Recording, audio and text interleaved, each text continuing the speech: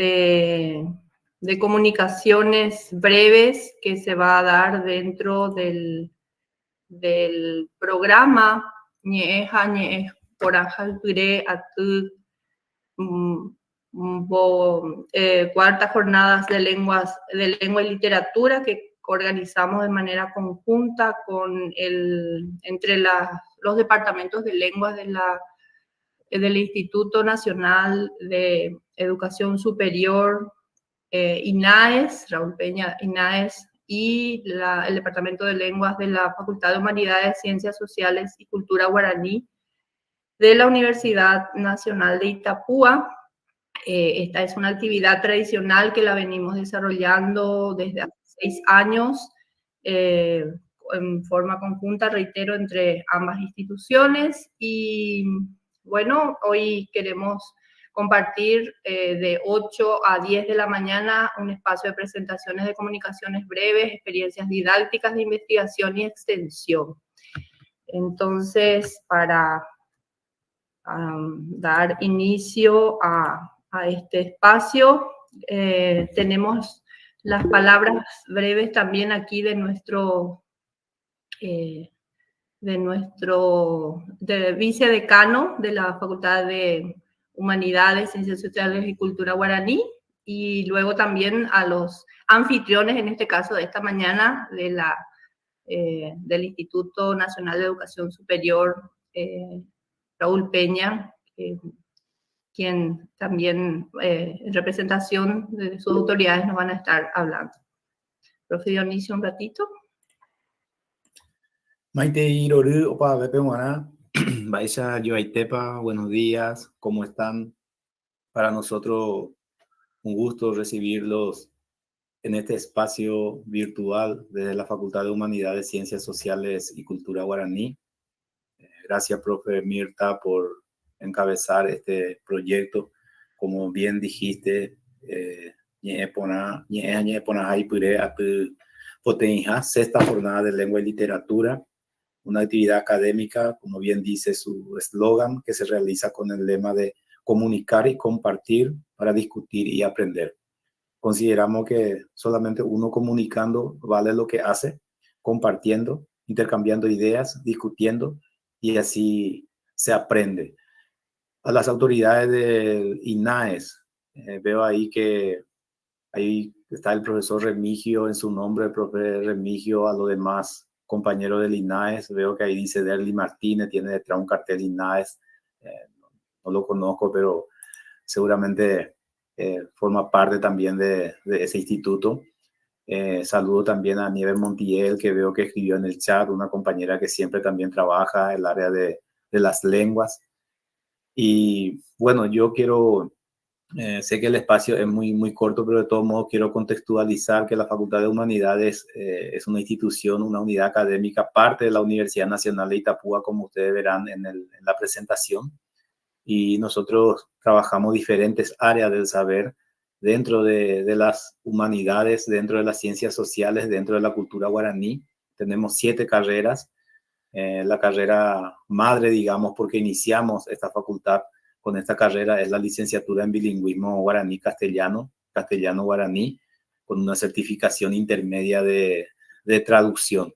También tenemos relaciones internacionales, tenemos trabajo social, tenemos licenciatura en ciencia de la educación, tenemos licenciatura en matemática, licenciatura en psicología, y no sé de qué me estoy olvidando. En matemática creo que ya dije. Lengua inglesa. Lengua inglesa, exactamente, por eso justamente nos unimos con la gente del INAES.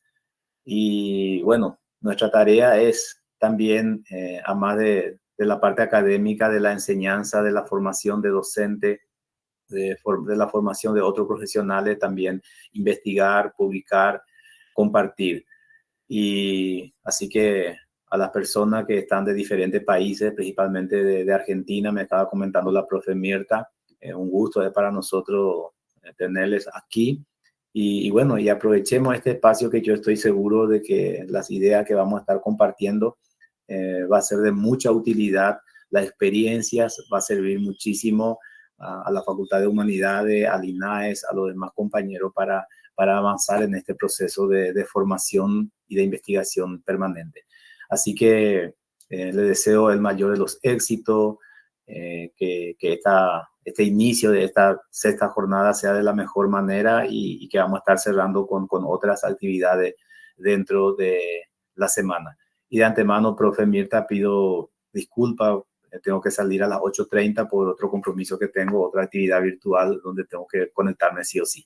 Pero de todo modo, voy a estar atento a las actividades que estamos realizando y que esta tarde nosotros también en otro contexto vamos a estar continuando con la sexta jornada de lengua y literatura. Así que una vez más, bienvenido. Muchas gracias por estar presentes.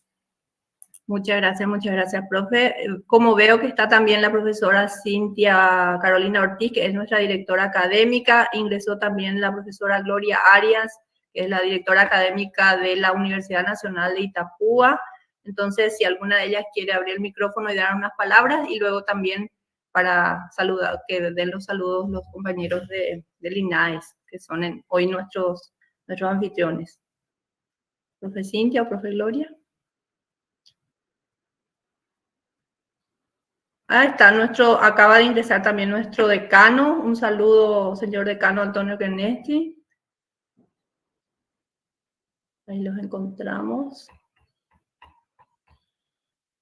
Bueno, y entonces le damos la palabra, si es que quiere tomarla también, al profesor doctor Derlis Martínez, director académico del Instituto Nacional de Educación Superior Raúl Peña, si se encuentra. Y creo que está. Si quiere abrir el micrófono y... Pero, profe, para no pasar. Sí, profe Gloria, buenos días. Sí. Buenos días, Maitei, Marillapá. Bienvenidos a todos. Disculpe, estaba con el otro, pero no funcionaba mi micrófono. Entré ahora con el celular, solamente para saludarles a todos. No sé si tu micrófono, Gloria. Sí, ahí parece que se... Ahora sí. ¿Ahora sí?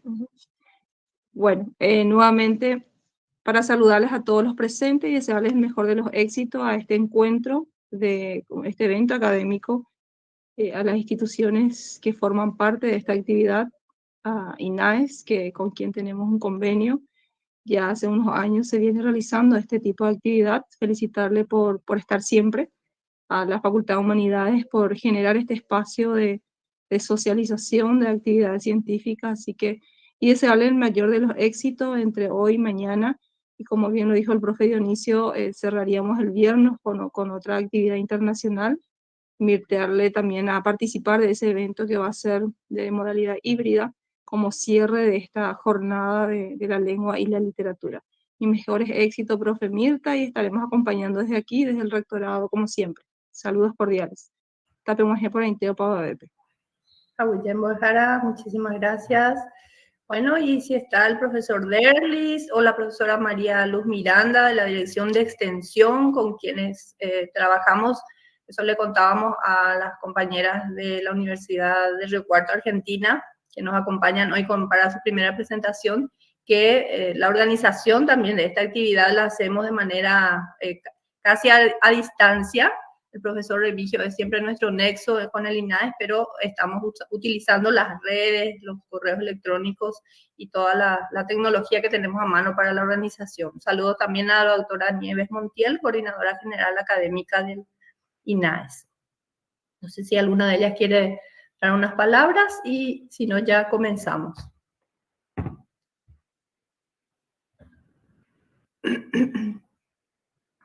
Al profesor Remigio le excusamos hoy porque se llevó la gripe de Encarnación anoche, entonces hoy no puede hablar, parece. Un saludo entonces a todos y bueno, le vamos a dar el espacio. Pasamos enseguida el enlace de YouTube. Ahí está la profe María Luz. Sí, profe Derlis, su micrófono, profe Derlis. Adelante. No le estamos escuchando.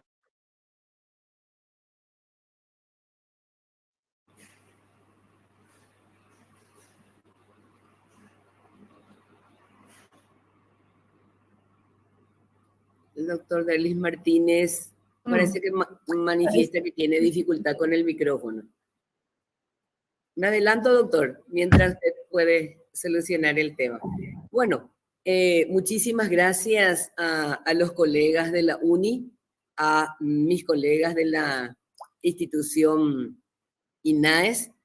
Realmente a quienes tenemos que felicitar realmente son a ustedes, porque tan solo el título nos invita a estar en este contacto, si bien virtual, y justamente el lema que han escogido, apreciados colegas, es comunicar y compartir para discutir y aprender. Entonces, más que nada, darles el saludo a ustedes, a los colegas también de otros países, que realmente sea un espacio de aprendizaje, de discusión y de reflexión. Y tan solo haciendo una recreación de los términos de la titulación de las ponencias, me arriesgué ante este selecto grupo de parafrasear. Entonces, compartir este espacio contemporáneo, creciendo, manifestando nuestras emociones y sensaciones y vivencias a través de la escritura, tiene más bien un reconocimiento porque ello mismo nos permite sentirnos desde nuestro ser y la conjunción de nuestros saberes académicos poder plasmar de la oralidad a la escritura y con ello poder compartir en este espacio. La felicitación es para ustedes, el espacio es de ustedes, de esa valentía de trasladar eso escrito y poder compartir en un espacio académico. Nuestro saludo desde el INAES para todos ustedes, colegas, y felicitarles. Solo nos queda eso. Nosotros muchas veces somos gestores de estos espacios, facilitadores de estos espacios, pero el mérito es de ustedes. Que sean jornadas de mucho éxito y de mucho aprendizaje. Muchísimas gracias, profesora María Luz Miranda. Y bueno, vamos a comenzar entonces esta serie de presentaciones que se va a dar hoy hasta las 10 de la mañana, y en la modalidad virtual vamos a volver a encontrarnos mañana jueves a las 16 y 16:30 y 18:30 con estos dos espacios virtuales. De todas maneras, estamos teniendo también encuentros presenciales. Les contamos con una compañera que vino de la Universidad Nacional de Rosario en el área de traducción y, digamos, está desarrollando varios talleres aquí para la comunidad.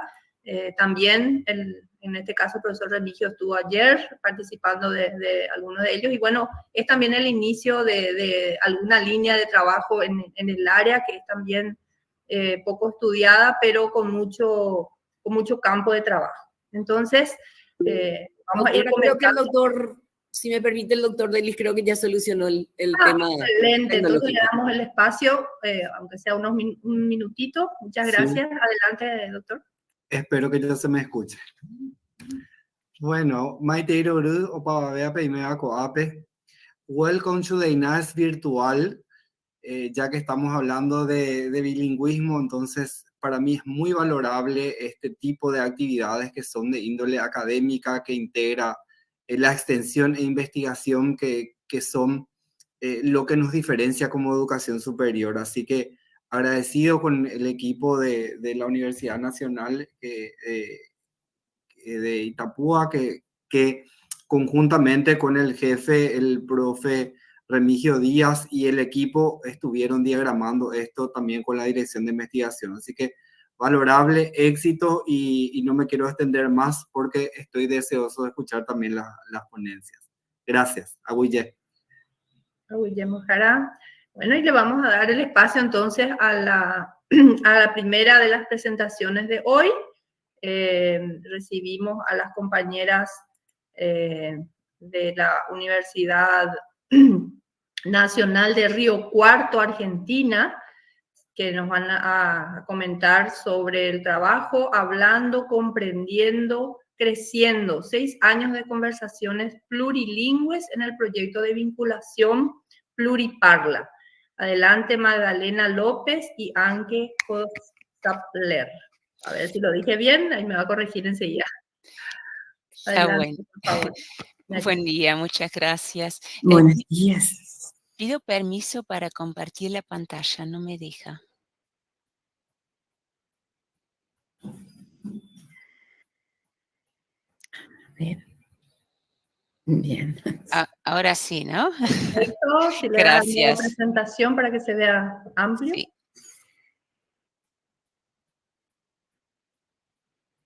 Bien. Bueno, buenos días. Esta es nuestra presentación que va a dar cuenta de un trabajo de muchos años en un enfoque plurilingüístico. Nosotros trabajamos con más de una lengua. Magdalena López es mi nombre y soy la directora del proyecto y le vamos a pedir a Anke que pronuncie su apellido que nos genera a todos dificultades. Anke Holzapfel, profesora de alemán. Bien. Lo primero es explicarles de dónde venimos. Venimos de Río Cuarto, que es una ciudad que está en el medio de la Argentina continental, que tiene una población de algo más de 200.000 habitantes y cuya universidad es un núcleo central para la dinámica de nuestra ciudad. Dentro de esa universidad hay una facultad de humanidades y en esa facultad de humanidades una carrera a la que pertenecemos que se llama Tecnicatura en Lenguas Extranjeras en un principio, luego por cuestiones administrativas inglés y francés, donde los estudiantes aprenden inglés, francés, refuerzan su lengua materna, el castellano en este caso, y adquieren niveles elementales de alemán, italiano y portugués. ¿Sí? Con esta creación, nuestros estudiantes y la ciudad en general evidenciaba un problema que era no tener un lugar donde hablar esas lenguas, sino era dentro de las aulas. El único espacio para practicar la oralidad era el contexto áulico. Y se mostraban inseguros, tanto nuestros estudiantes como los de las diferentes instituciones externas a la universidad, donde se enseñan lenguas, manifestaban esto, que los estudiantes estaban no seguros, no hablaban a pesar de haber estudiado mucho, cuando intercambiaban con un extranjero o cuando en alguna actividad salíamos de viaje, ocurría eso, no se hablaba. Entonces, a partir de ese problema, decidimos elaborar un proyecto que a la vez nos vinculase con el medio, porque el medio compartía la misma situación problemática que nosotros. Para eso nos planteamos una serie de objetivos. El primero fue esto de crear un espacio distendido de conversación, que no tuviera una etiqueta académica, ¿sí? Porque está comprobado en los hechos que cuando ve un profesor sentado en la mesa de conversación o cuando estamos en el aula, la gente no interactúa de manera espontánea, siente la presencia del ojo corrector. Y sobre todo que fuesen encuentros plurilingües. Había habido pequeñas experiencias donde se reunían los de francés solo, los de inglés solo, pero como nuestra carrera es plural, queríamos el desarrollo de nuestras actividades. Esto nos permitió relacionarnos con los distintos institutos de enseñanza que hay en la ciudad, además de los nuestros, y también con hablantes nativos de estas lenguas extranjeras que por diferentes situaciones, como pueden ser los intercambios por la internacionalización en la universidad o la tarea que desarrollan instituciones como AFS y el Rotary Club, que hacen intercambios a nivel de la escuela secundaria, generalmente todos los años encontramos alrededor de 10 o 15 personas que son hablantes nativos o de italiano, de alemán, de inglés y de lenguas que nosotros mismos no enseñamos, como puede ser ruso, como puede ser japonés y otras más.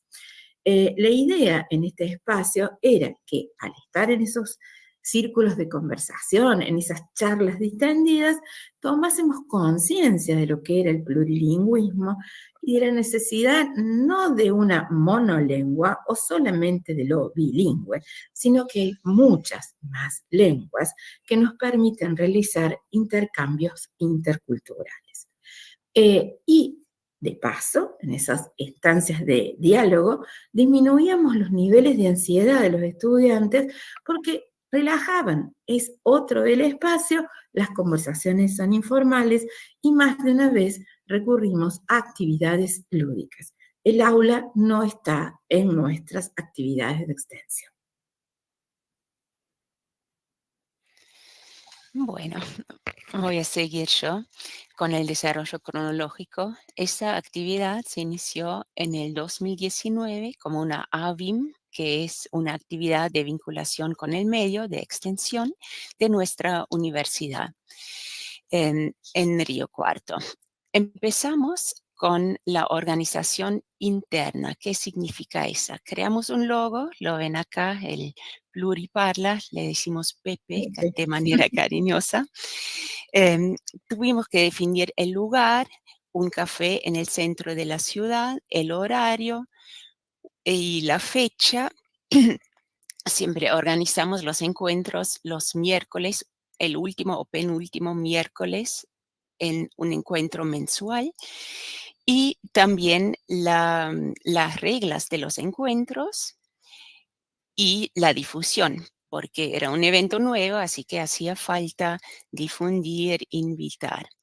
Todas esas tareas nos dividimos entre el equipo. El equipo estaba y está formado por docentes de la carrera Tecnicatura en Lenguas, también de estudiantes y graduados de la carrera.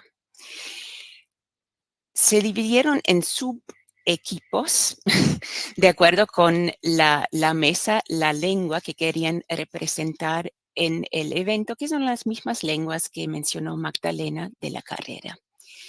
Bueno, acá vemos dos fotos de los encuentros y se ve que no es un aula.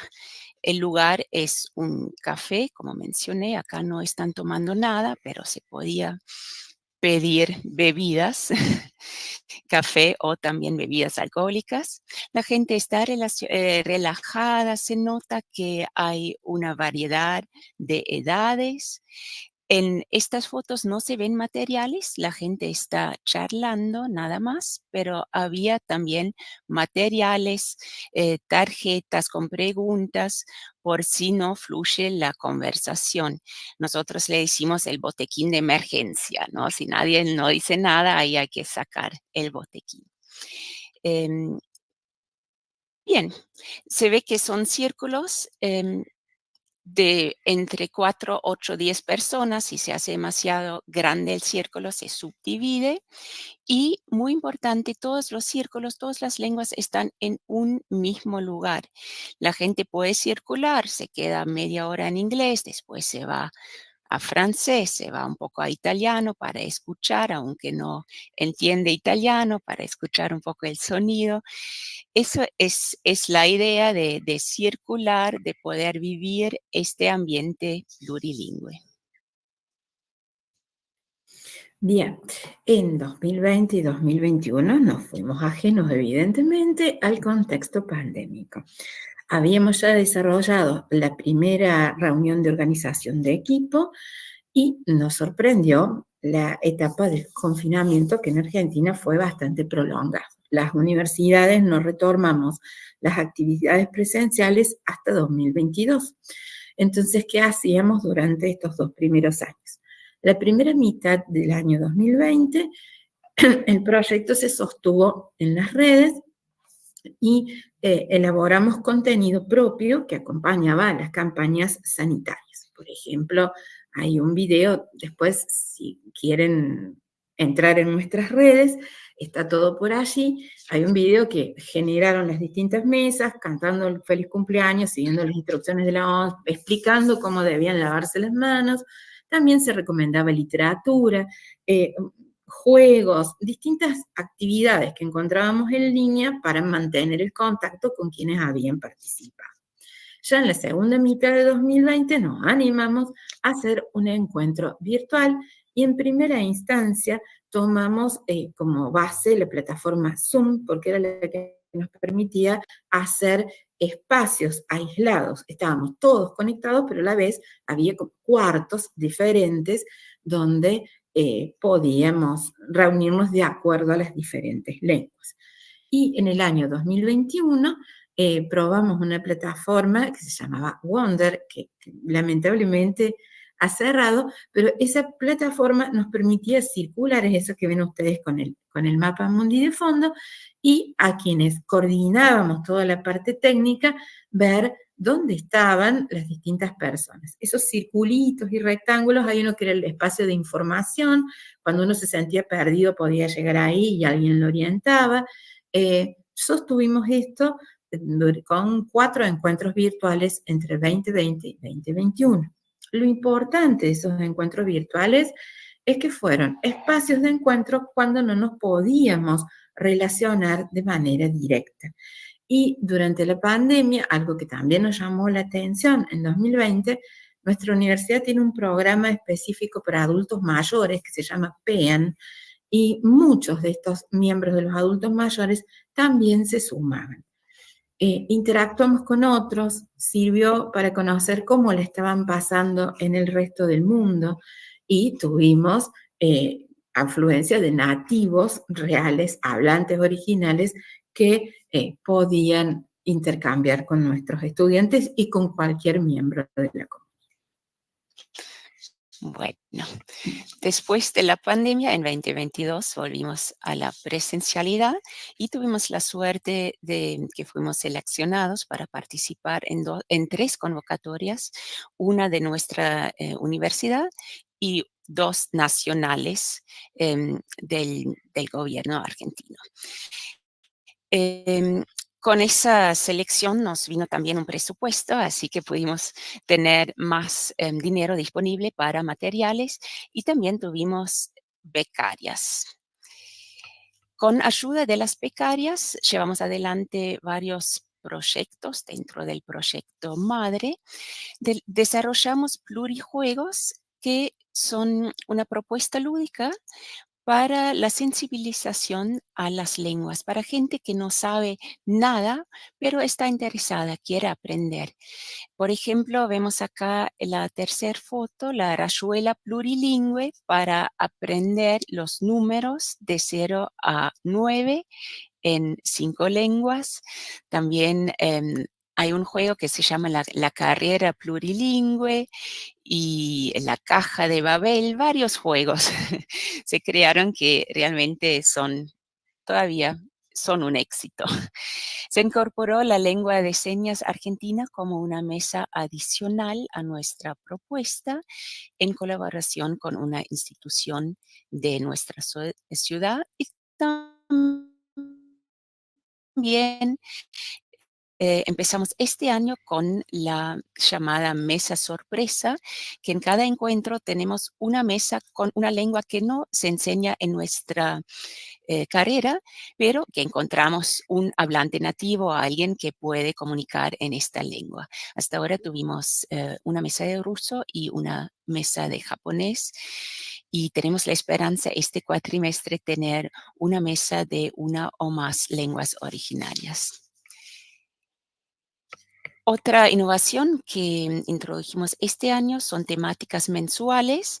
En vez de tener temática abiertas o adicional de poder hablar de cualquier cosa, siempre hay una temática que une todas las mesas. Por ejemplo, en este próximo encuentro vamos a hablar de los deportes, por la Copa América, la Copa Europea de Fútbol y también los Juegos Olímpicos. En el equipo tuvimos talleres de formación, 1 por cuatrimestre. Se ve acá en el medio un ejemplo de formación de equipo, trabajo en equipo, también formación en moderación para los estudiantes moderadores de la mesa y talleres como desarrollar, crear y confeccionar material.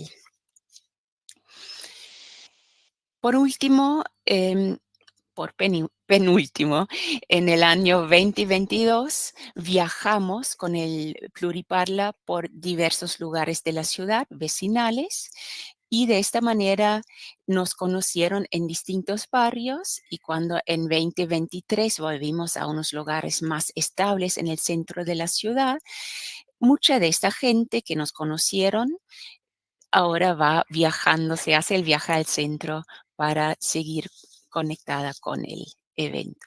Y por último, participamos en eventos organizados por la municipalidad, por ejemplo, la Feria del Libro. Ahí ofrecimos los plurijuegos a escuelas, y también eventos organizados por la Subsecretaría de Juventud de nuestra ciudad. Bien, en desarrollo y comunicación, difusión, ¿cómo nos hacemos cargo de esto? Dijimos, bueno, vamos a mostrar, por un lado, que serían las 2 fotos superiores, el desarrollo dentro de las obligaciones como docentes universitarios de dar a difundir estas actividades de extensión a través de jornadas, congresos, distintos eventos académicos donde hemos presentado la propuesta, tanto los docentes como los estudiantes.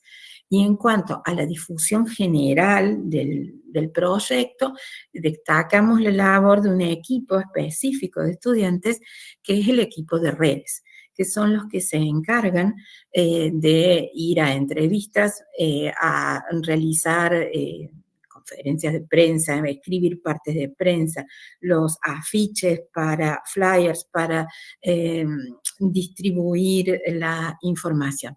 Y es interesante ver cómo ha madurado y crecido este equipo. En el 2019 siempre nos decían, profes, vengan, vengan profes, y ahora directamente ya son autónomos y manejan todo nuestra difusión por redes. Bueno, mirando el tiempo, nos vamos a apurar un poquito. Sí. En vez de resultados, que en un proyecto de vinculación por ahí no hay tanto resultado, sino evaluación, tenemos una evaluación continua a través de comentarios informales en los encuentros. La gente, los mismos asistentes, se acercan al final de los eventos y nos comentan, nos agradecen, muchos comentarios muy positivos, agradeciéndonos por la propuesta. ¿Hay una pregunta, perdón? No. Que debemos ayudarnos. No, bueno, ¿No? está. Bien. Después de esos comentarios informales, tenemos un libro de comentarios que ven acá. Los participantes al final de cada encuentro pueden dejar un comentario, y este libro es un tesoro. Hay comentarios en todas las lenguas que se pueden imaginar, mucho agradecimiento, muchas felicitaciones, pedidos sobre todo de más frecuencia de encuentros, también a veces de cambio de lugar, que faltaban nativos, que los grupos son muy grandes, esas críticas constructivas muy puntuales, pero en general sumamente positivos los comentarios.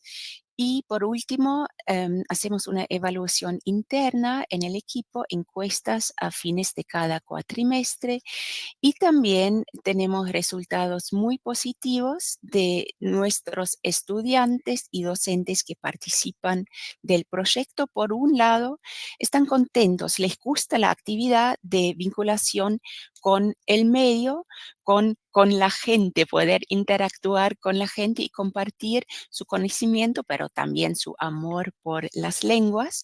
Y por otro lado, se dan cuenta, sobre todo los estudiantes, que es una oportunidad para ellos de crecer, de salir de su zona de confort y de practicar habilidades relacionadas a la salida laboral de la carrera, que es mediador lingüístico. En conclusión, creemos haber logrado nuestros objetivos. El espacio ya está inserto. La gente pregunta cuándo hay pluri. nuestros estudiantes, que son los que dirigen el diálogo en las mesas, los profesores estamos solo por acompañarnos. Cuando alguien va a ese espacio y se sienta a dialogar en la lengua que eligió, es un estudiante el que dirige y coordina la conversación, perdón. Entonces, eso hace que se haya perdido esa ansiedad a hablar con otros en la lengua estudiada.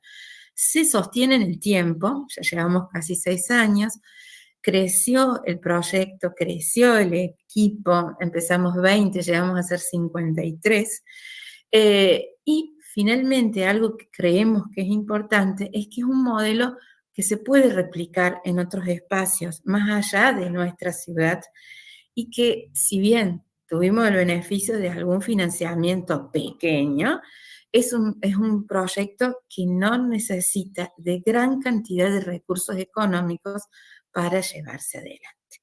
Así que bueno, muchas gracias por habernos escuchado. Ahí están nuestros correos, y si nos buscan en las redes como Pluriparla, pueden estar siguiéndonos y tomar contacto. Gracias. Muchas gracias. Interesantísima la experiencia que compartieron, compañeras, y si nos permiten, replicable. Nosotros estamos también en espacios o en ambientes multilingües, usamos nosotros aquí más el término, el departamento de Itapúa tiene esas características, y también el INAES, que tiene otras lenguas. Decía el profesor Dionisio hace rato, nosotros estamos con 2 carreras de lengua inglesa y bilingüismo guaraní-castellano, pero el INAES tiene las carreras de educación en lengua castellana, en lengua inglesa, en lengua coreana, ¿sí? Entonces, son propuestas, y obviamente tenemos también otras instituciones que se dedican a la formación en otras lenguas. Así que muy, muy interesante. Muchísimas gracias por compartir con nosotros esta experiencia. Y bueno, vamos a seguir con las presentaciones. Si están en sala los compañeros del INAES, en este caso vamos a seguidamente escuchar. Si no hay preguntas ahora o alguien quiere intervenir y hacer algún comentario, le damos también un minutito antes de la otra presentación. Importante eso. ¿No? Igual les podemos comentar que estamos haciendo la transmisión en vivo por el canal de YouTube de la Facultad de Humanidades, Ciencias Sociales y Cultura Guaraní. Vamos a pasar enseguida también el enlace aquí en el chat para que nos vayan siguiendo, que nos sigan por ese medio. Y bueno, si están en sala, entonces, Jada Abogado, Juez Flor y la profesora Claudia Scolari, trabajo en la literatura paraguaya en el siglo XX. Si están en sala, entonces, podemos hacer la presentación entonces de...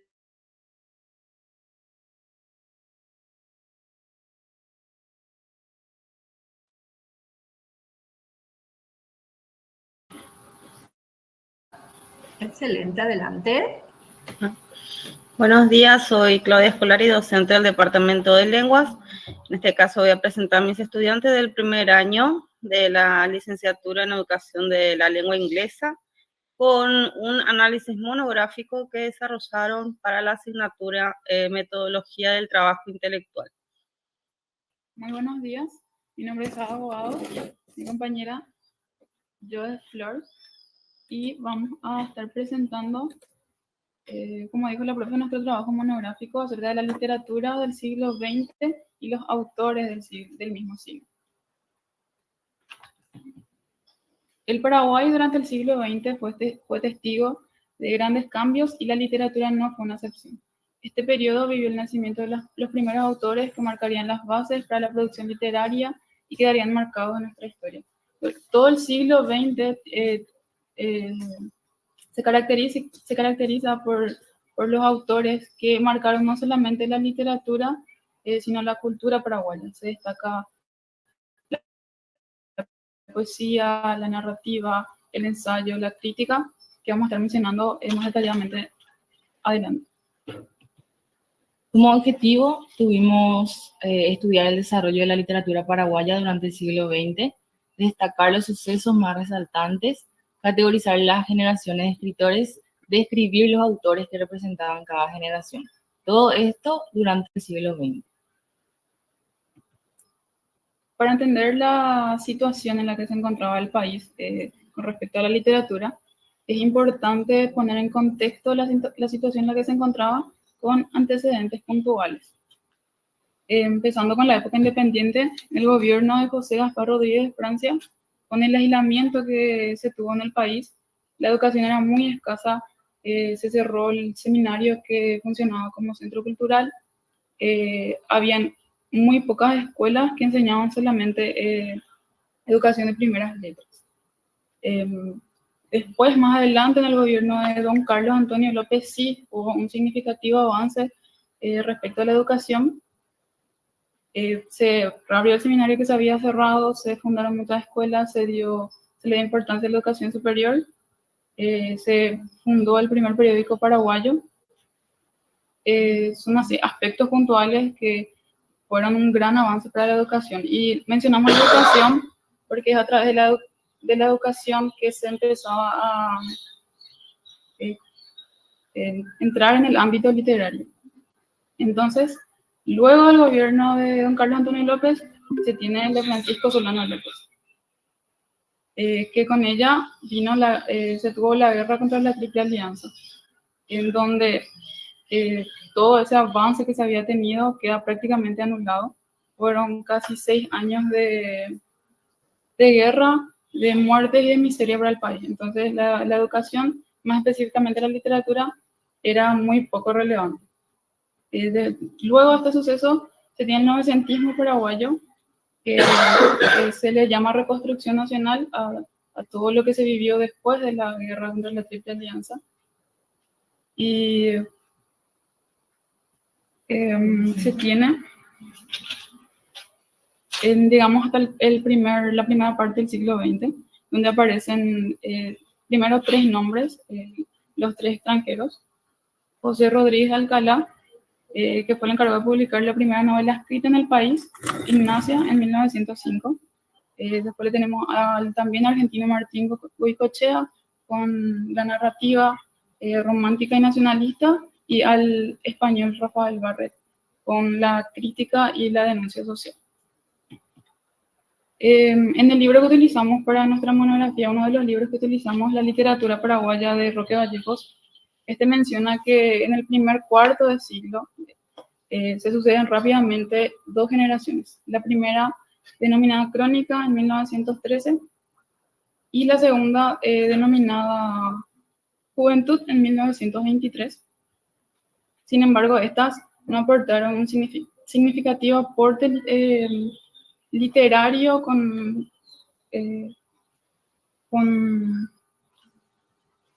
un toque artístico, y estas suceden rápidamente. Es así que se llega recién a con la generación del 40, se tiene a la llamada renovación estética, que inicia después de la Guerra del Chaco. Este fue un evento propicio para el análisis de la situación literaria del país. Y durante el conflicto se tienen solo registro de 2 autores. Uno de ellos es José Villarejo, que publicó su novela Ocho hombres, considerada una de las mejores novelas de la Guerra del Chaco. También la poesía de Josefina Pla, esto ya en la década del 40, es considerada, se considera que marcó las bases para la nueva poesía paraguaya. En esta generación aparecen nombres importantes como Augusto Robastos, Josefina Pla, Elvio Romero y Gabriel Casaxi. De esta forma se llega a la generación del 50, que comienza posguerra civil del 47, durante el gobierno de Higinio Morínigo.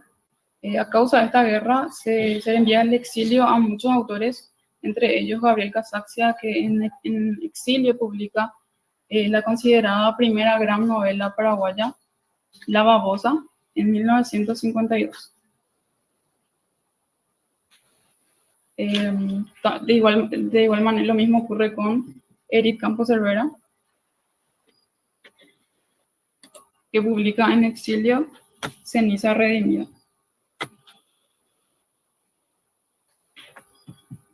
En esta década se forma la academia universitaria y se funda la revista Alcor, que tenía como objetivo la difusión de obras literarias en 1955. De esta forma se llega hasta la década del 60, donde se consolidan los primeros años de dictadura, se clausura la academia universitaria y tiene relevancia la narrativa y la crítica. La producción literaria en esta década fue escasa, pero muy significativa. Aparece Hijo de Hombre en 1960. Es importante también mencionar que un autor pertenezca a una generación no significa que todas sus obras fueron publicadas dentro de esa década. Por ejemplo, Augusto Roasto pertenece a la generación del 40, pero sus obras más importantes están en el 60, en el 70, en el 80. Seguidamente le estaré hablando de la generación de la década del 70. Esta década, como estaba mencionando mi compañera, era durante un gobierno dictatorial, pero en esta los protagonistas fueron los jóvenes. Un movimiento estudiantil independiente que se le denominaban los jóvenes de la intelectualidad asuncena. Ellos se caracterizaban por protestas políticas y un mensaje antidictatorial en casi todas sus obras. Como era de esperarse, este grupo era oprimido por el gobierno, lo que llevó al exilio a varios autores. Más adelante, los medios de difusión como ABC Color y La Tribuna crearon un espacio para la literatura, dejando así a los autores publicar ahí sus obras. Algunas de las obras que podemos mencionar es Eupora de Juan Bautista Rivarola y también el muy famoso libro Yo el Supremo, que es el segundo libro de la trilogía de Augusto Roabasto. Seguidamente tenemos la generación del 80, donde el país seguía durante un gobierno dictatorial. Los autores eran considerados rebeldes. La poesía fue un protagonista en esta década. Por eso mismo existían talleres de poesía. El taller más nombrado es el taller de Manuel Ortiz Guerrero, donde los autores, los poetas, se trabajaban colectivamente. Este era llamado el núcleo de los autores y poetas del 80. Tenemos también como representante a Victorio Suárez y Mario Rubén Álvarez. Del último, algunos poemas fueron musicalizados. Entre ellos tenemos Ubaga Potero Ubaté y Jesús Robetam. Por último, tenemos la generación del 90, que esta generación también fue llamada la generación de la transición, porque ya iniciaba con la caída de la dictadura y el inicio de la era democrática. Se crearon también talleres, uno fue El Pájaro Azul, el otro taller de cuento breve. La narrativa era la protagonista en esta generación. Tenemos a representantes como Roberto Luna, que era era integrante del taller Pájaro Azul. Luego tenemos también un grupo de poetas independientes, entre ellos Fernando Pistilli, Miguel Ángel Mora, y no podemos dejar de mencionar el libro El Fiscal, que es el tercer libro de la trilogía de Augusto Roabasto, que fue publicado en 1993. Cerrando así el desarrollo de nuestro trabajo, queríamos mencionar también la metodología utilizada, que fue la explicativa, mediante la recolección de datos de materiales ya existentes. Los libros principales que utilizamos fueron La literatura paraguaya como expresión de Roque Vallejos, Literatura paraguaya, Proceso de la literatura paraguaya, ambos libros de Victorio Suárez, y por último La narrativa paraguaya a comienzos del siglo XX, que fue de Hugo Rodríguez Alcalá. No sé si tienen alguna pregunta o Sí. si tienen alguna consulta. Pasamos a las conclusiones. Los autores y las obras mencionadas son unos pares entre cientos que aparecieron y crearon con la literatura la historia del Paraguay en el siglo XX, dejando un legado profundo y significativo. Este trabajo nos ayudó a comprender el contexto de la época y a aprender un poco más sobre las características de cada generación. Todas estas obras significan un enorme legado para la cultura paraguaya y hasta el día de hoy se siguen utilizando con fines educativos, representados en teatro, en cine, en museos.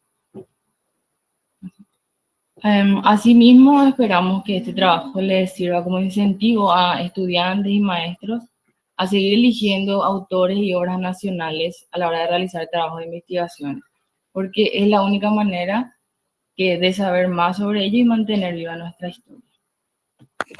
Muchas gracias. Excelente, excelente trabajo, profesora María Luz. Adelante. Sí, en ese trabajo retrospectivo, ¿pudieron ustedes identificar fuertemente aspectos ideológicos que justamente marcan esas etapas en las que ustedes mencionaron ese análisis documental? Profe, si puedes levantar un poquitito más tu volumen porque no escuchamos muy bien tu pregunta. ¿Ahora? ¿Ahora? ¿Sí? Ok. No, mencionaba nomás tan interesante ese recorrido y preguntaba a las estudiantes si qué elementos ideológicos característicos pudieron identificar en ese análisis literario, en ese análisis documental que realizaron. Serían los mensajes antidictatoriales políticos y sociales, que sobre todo iba defendiendo su libertad y al pueblo. Entonces, a través de esas obras realmente era una especie de proclama, ¿verdad? Exactamente. Claro. Como una protesta a través de casi todas las obras de esta década. Porque en esta década suceden demasiadas situaciones políticas y sociales.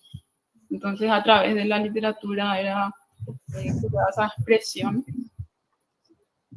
por parte de los autores. Gracias. Excelente presentación. No sé si hay alguna otra consulta para que podamos seguir entonces con la serie de presentaciones. Muy valioso este trabajo y me pareció, decía la profesora Claudia, que son estudiantes del primer curso que están haciendo un trabajo de revisión bibliográfica dentro de una asignatura que escuché es metodología. Metodología del trabajo intelectual fue la asignatura donde realizaron este trabajo monográfico los estudiantes. Excelente trabajo, entonces una manera también de comenzar a hacer investigación, ¿verdad? Porque ese es el trabajo que, bueno, ahora hacemos la revisión y vamos creciendo para que cuando lleguemos al trabajo final de grado, entonces eso se facilite enormemente. Muchísimas gracias, les pedimos que dejen de compartir la pantalla para darle entonces el espacio siempre en la línea de estudios aquí literarios. Tenemos mucho trabajo, eso llamó un poco la atención en las digamos, las postulaciones que hicieron. Novela contemporánea de Corea del Sur, María Valentina Rojas Ríos, también del Instituto Nacional de Educación Superior, si es que está ya con nosotros.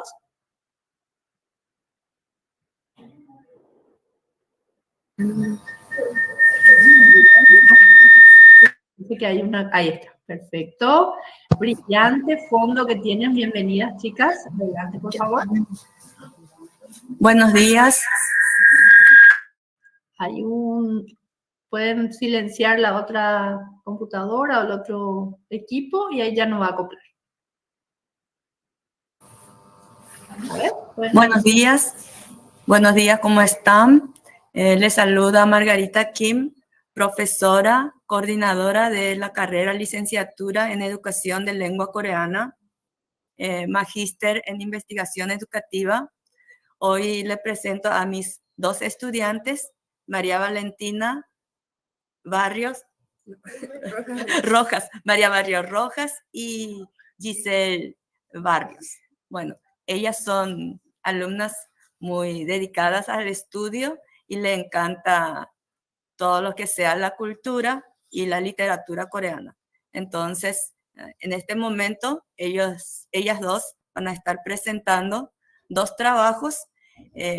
María Valentina va a estar hablando de una novela muy famosa, novela contemporánea de Corea, que tuvo mucho éxito a nivel mundial, y ella va a estar tratando de explicar el contenido y analizar. Luego también comentar un poco en relación a eso en la vida familiar. Luego tenemos el segundo ponente, Giselle Barrios. Ella va a estar hablando de las similitudes de cuentos o fábulas que tenemos en cada país, y vamos a hacer una comparación y similitudes, análisis del texto. Entonces, le presento primero la primera ponente, María Valentina. Adelante.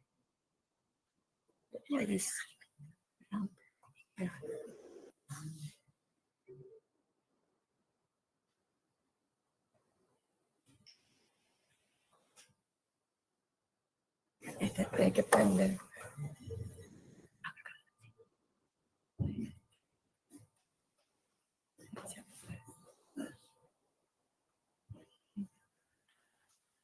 Bueno, muy buenos días para todos.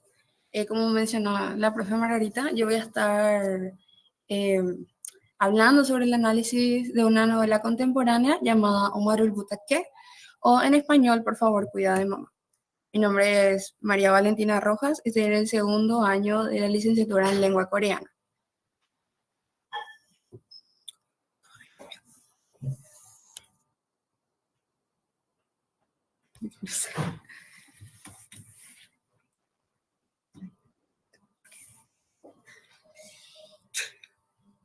Bueno, les voy a mencionar un pequeño resumen de la novela. La novela centra en la historia de una madre llamada Park Sun-young, quien desaparece en la estación de metro de Seúl, y a través de su búsqueda, la familia de a poco va descubriendo aspectos de la vida y los sacrificios que la mamá hizo por ellos. Está la perspectiva del esposo, de los hijos, incluso de los hijos políticos. Bueno, esta historia me conmovió mucho porque es similar, un poco similar a la que pasó con mi...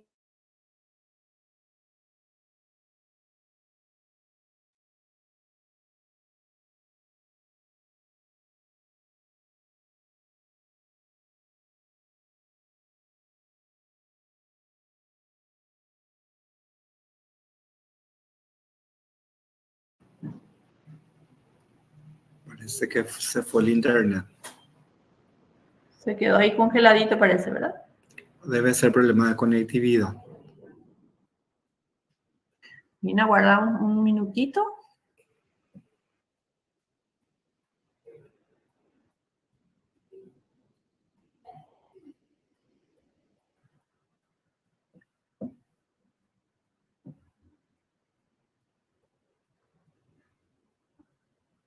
Pueden hacer igual la presentación sin el apoyo visual, si están ahí todavía.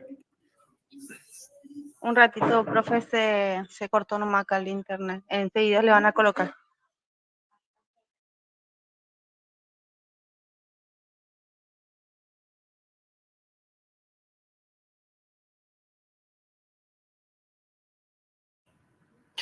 Y mientras tanto podemos hacer también el siguiente comentario, que bueno, los siguientes trabajos que van a ir presentando los estudiantes y docentes Instituto Nacional de Educación Superior, tienen que ver con el ámbito de la literatura.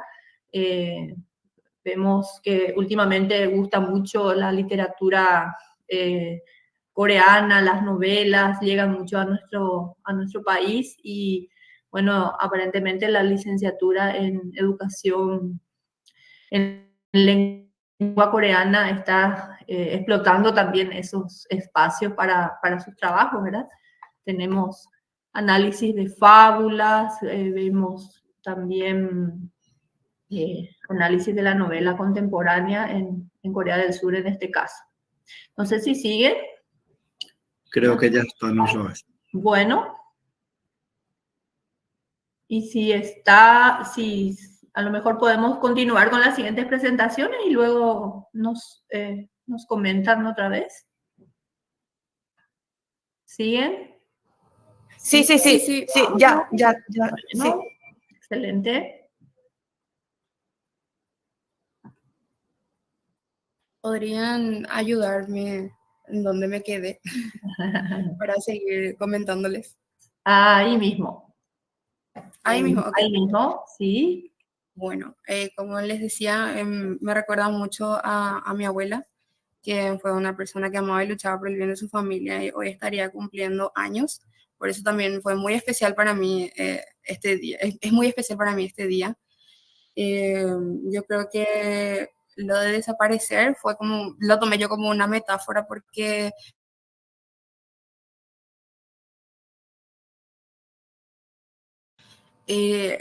mi abuela para nosotros, digámosle que desapareció porque ella de a poco ya no nos recordaba a sus nietos, después ya también fue olvidando a sus hijos, aunque le teníamos todavía, estaba todavía con vida, ella ya no nos recordaba a nosotros.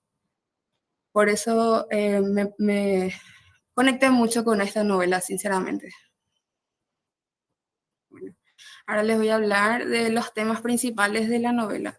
El sacrificio materno, por sobre todo porque la protagonista tiene también sus sueños, tiene también sus metas, que ella me imagino que cambió ese sueño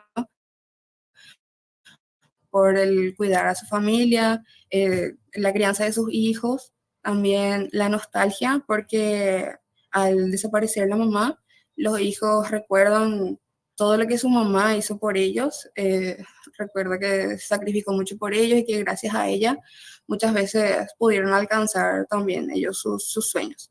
La familia y las relaciones. En la familia yo creo que a medida que crecemos también nosotros muchas veces no notamos que nos vamos apartando de nuestras familias muchas veces por el ámbito profesional, porque queremos alcanzar también nosotros tenemos nuestras prioridades y también muchas veces por nuestra familia, cuando ya nosotros mismos creamos nuestra familia. Aunque muchas veces duela, hay que admitir también que suele pasar. La identidad y el autodescubrimiento tuvieron ese tiempo de reflexión y conocer más a profundidad qué fue lo que su mamá hizo y se dieron cuenta que ellos, una de las hijas al menos se dio cuenta que ella no iba a poder hacer tal sacrificio que hizo su mamá, que era descomunal. Aquí también quiero comentar, Park Sun-yeol es el nombre de la señora desaparecida. Creo que es como un juego de palabras porque Sun-yeol significa señorita en coreano. Al escuchar la palabra señorita, a mí se me viene a la mente juventud, libertad, sueños por alcanzar. Y yo creo que ese juego de palabras es así porque la señora tuvo que dejar sus sueños o tuvo que cambiarlos en este caso por la crianza de su familia y para mantenerles a todos el estilo y la estructura del libro, o sea, la novela está escrita en un estilo narrativo en segunda persona que cambia de perspectiva, permitiendo a los lectores ver la historia desde diferentes puntos de vista. Como mencioné, está el punto de vista del marido, de la hija que sería yo, porque está en segunda persona, es como si fuera que yo soy una de las hijas, y puedo ver más ampliamente así en esa perspectiva, de los hijos políticos también.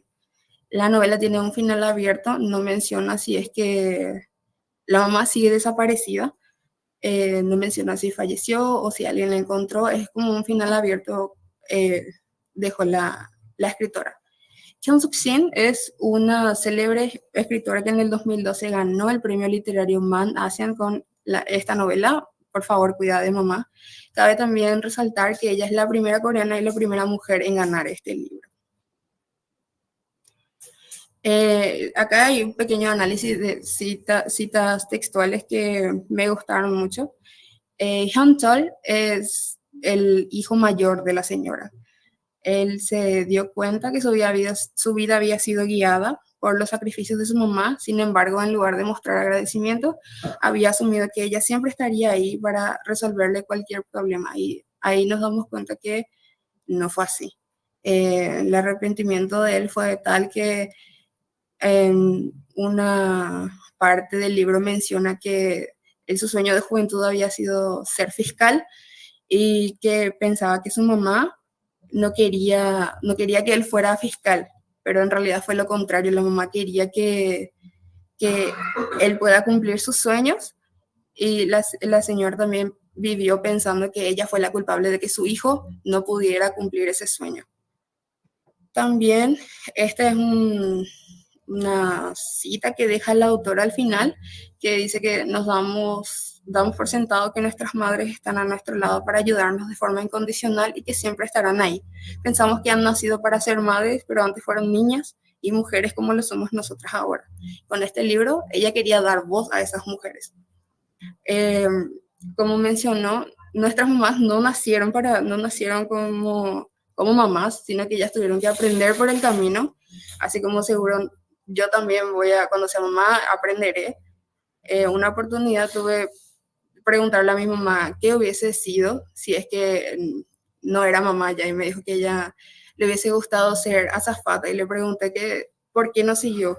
Me dijo que a ella le iba a romper el corazón dejarnos a mí y a mis hermanas solas prácticamente, porque sabemos que las azafatas vienen y van.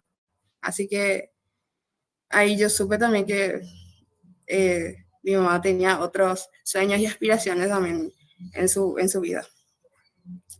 La conclusión que a mí me dejó, o sea, la enseñanza que me dejó esta novela es que no debemos dar por sentado el sacrificio, tiempo, dedicación que nos otorga nuestra familia, y a no desaprovechar, valorar y ser más agradecidos por el tiempo que tenemos con ellos, porque nunca sabemos.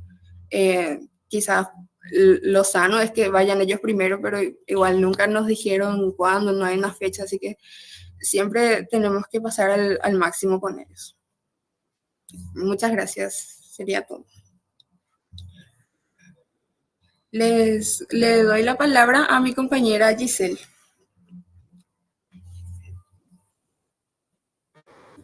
Buen día, ¿qué tal? Mi nombre es Giselle Barrios. Yo voy a estar hablando sobre las similitudes entre el cuento La Rana Verde y la leyenda del Carao.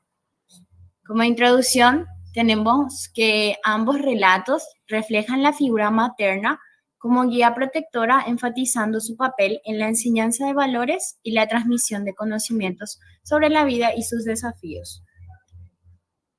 La Rana Verde, que en coreano sería Chonggeguri, es una historia de una rana verde que narra la vida de, por decirlo así, la rana que vive en un estanque con su madre. Esta rana era muy desobediente.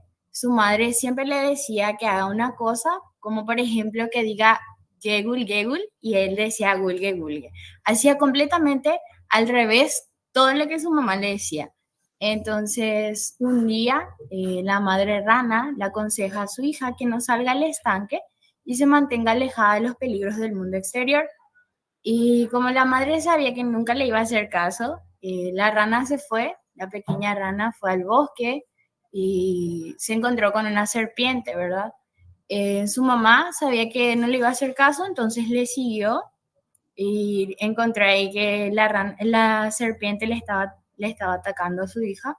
Entonces ella reaccionó y saltó también en el momento que saltó la serpiente para defenderla a su hija.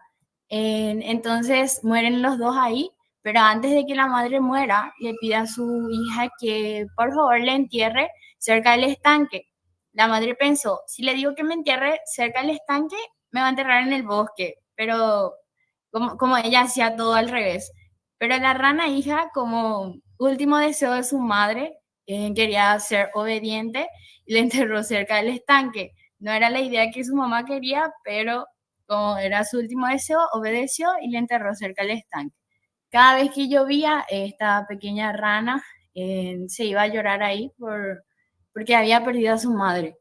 Sin embargo, esta rana, por el impulso de explorar y de desobedecer a su madre, le desobedeció, ¿verdad? Y se fue.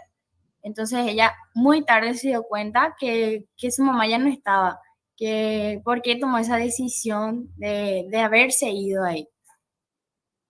Después tenemos la leyenda del Canao. En esta leyenda se cuenta que una madre, preocupada por el bienestar de su hijo, la advierte sobre no desobedecer en el bosque donde habitan criaturas mágicas y peligrosas. En esta leyenda cuenta que la madre estaba muy enferma y le había pedido a su hijo que vaya a buscar la medicina. Pero en el transcurso de ir a buscar la medicina, él se encontró con una fiesta en donde había una joven chica que le llamó mucho la atención. Entonces, el joven, que se llamaba Canao, se distrajo y se quedó ahí con la chica a festejar toda la noche. Después, en medio de la fiesta, llega alguien a avisarle que su mamá se murió. Y él le dice, los que murieron, ya murieron. Hay momentos para reír y momentos para llorar, le dijo, y él siguió con la fiesta. Entonces después, cuando ya estaba terminando la fiesta, le pregunta a la chica dónde vive, y le dice ella, yo vivo muy lejos, cuando te acuerdes de tu mamá, puedes venir junto a mí, le dijo. Y él se quedó tipo pensando, ¿verdad? Se fue a su casa y llegó y estaba muy arrepentido. Estaba muy arrepentido de no haber ido junto a su madre y se dio cuenta muy tarde también que por cosas mundanas, que es la fiesta, por andar de vago, por decirlo así, él perdió algo muy especial y grande que es nuestra mamá, ¿verdad? Se dio cuenta que no hay quien pueda reemplazar a su madre y él se deprimió, andó así por el bosque por mucho tiempo. Y ahí fue que el dios Tupán le castigó y le convirtió en un pájaro llamado Canao también. Y vagando por el bosque cerca de los ríos y lagos, él lloraba y le empezaron a salir así sus plumas y aletas y se empezó a convertir en ese pájaro que se lamentaba por su pérdida. Como similitudes del tema, tenemos que en ambas historias comparten una temática central, que serían las consecuencias de la desobediencia. Ambos desobedecieron a sus madres, por lo que se enfrentaron a consecuencias muy grandes, que es la pérdida de su madre. Entonces, ambos se sintieron muy tristes de no haber tomado una decisión correcta en el momento preciso, ¿verdad? Porque si nos ponemos a pensar, de seguro ellos dijeron, ¿por qué hice eso? ¿Por qué no me fui junto a mi mamá cuando ella me necesitaba? ¿O por qué no le hice caso a mi mamá, verdad? Todo lo que ellas nos dicen, en este caso, porque todos tenemos mamá, ¿verdad? Los que nos dicen siempre va a ser por nuestro bien y para que en un futuro seamos mejores personas. Luego tenemos el aprendizaje a través de la experiencia y las consecuencias de sus acciones. Bueno, el aprendizaje a través de la experiencia sería lo que ellos pasaron, que fue tomar una decisión incorrecta en un momento que pasó muy rápido, por decirlo así. Y las consecuencias, otra vez, valga la redundancia, las consecuencias que ellos tuvieron fueron la pérdida muy grande, también fueron que se quedaron solos, porque por estar tan solos ellos estaban muy tristes, ¿verdad? Porque siempre pensamos así, voy a hacer tal cosa porque yo quiero, ¿verdad? Y no escuchamos lo que nos dicen nuestros padres. Y eso no está bien. Es bueno escuchar también algunas veces lo que nos dicen y también seguir lo que nos dice nuestro corazón. También está la relación madre-hijo. Se puede decir que las madres en ambas historias representan figuras protectoras que buscan el bienestar de sus hijos. Como les dije, nuestras madres siempre nos van a decir las cosas por nuestro bien y no porque nos quieran perjudicar, sino que es para que nosotros crezcamos como grandes personas. Y aunque estos últimos, o sea, los hijos no apreciaron o no entendieron completamente los motivos de las advertencias, ellos se dieron cuenta muy tarde que lo que estaban haciendo estaba mal. Entonces se arrepintieron, pero ya no hay vuelta atrás. Una vez que vos tomas una decisión, ya no puedes cambiarlo. El análisis de la historia. Las fábulas son una forma literaria que ayuda de manera didáctica a enseñar valores a los niños. Las fábulas se crean con la finalidad de educar a través de su moraleja. Estas fábulas se centran siempre en la naturaleza y los animales como personajes principales de los mismos, mostrando diferentes rasgos culturales. Las fábulas se crean para que los niños, o sea, desde pequeño, se les inculque a los niños cómo tienen que ser, cómo se tienen que comportar, y mediante estas fábulas también se muestran, por ejemplo, estos dos, que siempre hay que hacerle caso a nuestros padres, ¿verdad? Aunque no queramos que ellos tengan la razón, siempre tienen la razón. Entonces, es bueno que escuchemos lo que nos dicen, hacer caso, no desobedecer. Y también quiero destacar que las fábulas siempre se centran en lo que son los animalitos y las naturalezas para que llamen la atención de los niños y estos, por impulso propio, ¿verdad? Por decirlo así, quieran leer estos cuentos o historias o fábulas para su aprendizaje. En conclusión, tenemos que la leyenda del Carao y el cuento de la rana verde no solo son ejemplos de la rica tradición cultural de Paraguay y de Corea, respectivamente, sino que también ofrecen lecciones valiosas sobre la relación entre padres e hijos. Ambas historias nos invitan a reflexionar sobre la sabiduría de los consejos maternos y la necesidad de aprender a balancear la curiosidad con la prudencia. Es bueno ser curioso, es bueno experimentar por sí solo, pero también hay que escuchar lo que los demás nos dicen y los mayores también.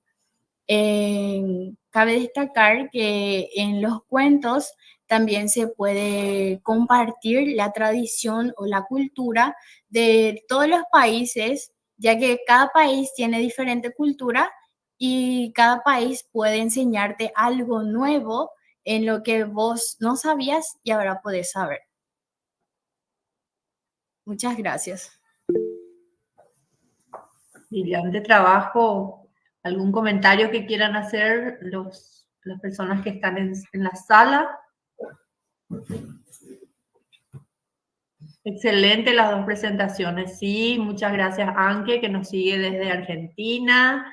Me encanta también el fondo que tienen. Se nota entonces que hay mucha lectura, porque, como decíamos, para poder comunicar y para poder comunicar lo que aprendemos, tenemos que leer bastante también. Así que felicitaciones, chicas, a las profesoras también.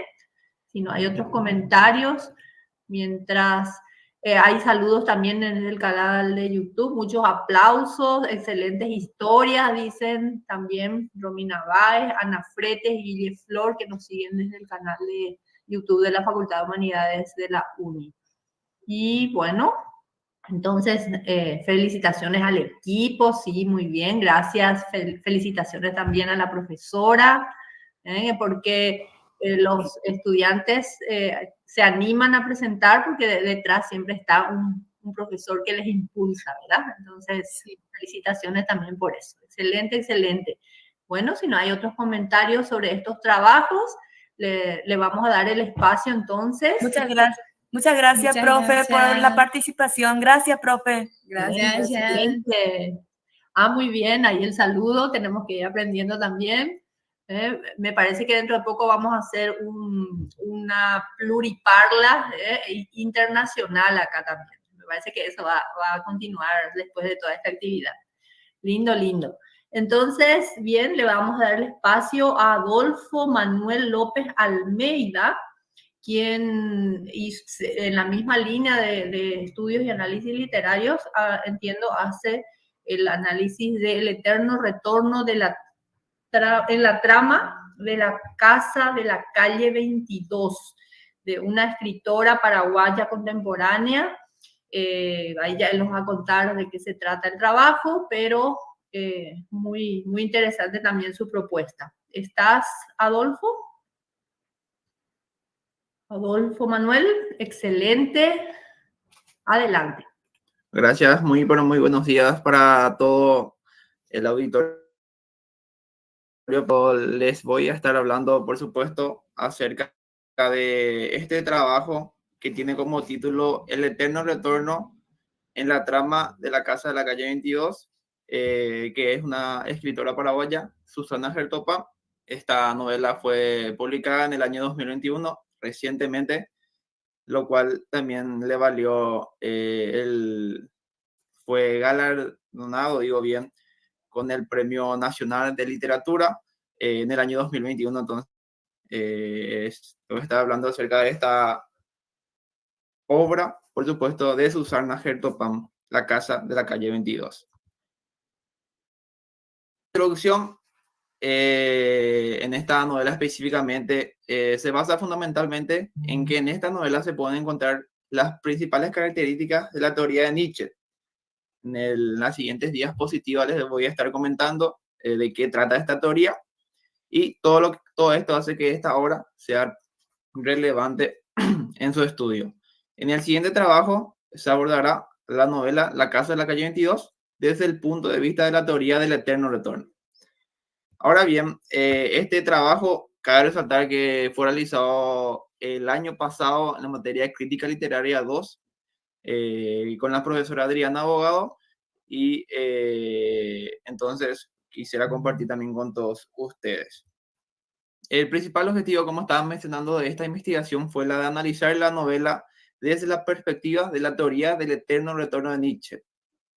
Luego, los objetivos específicos fueron, primeramente, interpretar la teoría literaria en la aplicación de un texto narrativo, evidenciar los elementos relacionados con los conceptos de la teoría del eterno retorno y examinar la teoría del eterno retorno en el desarrollo de la trama.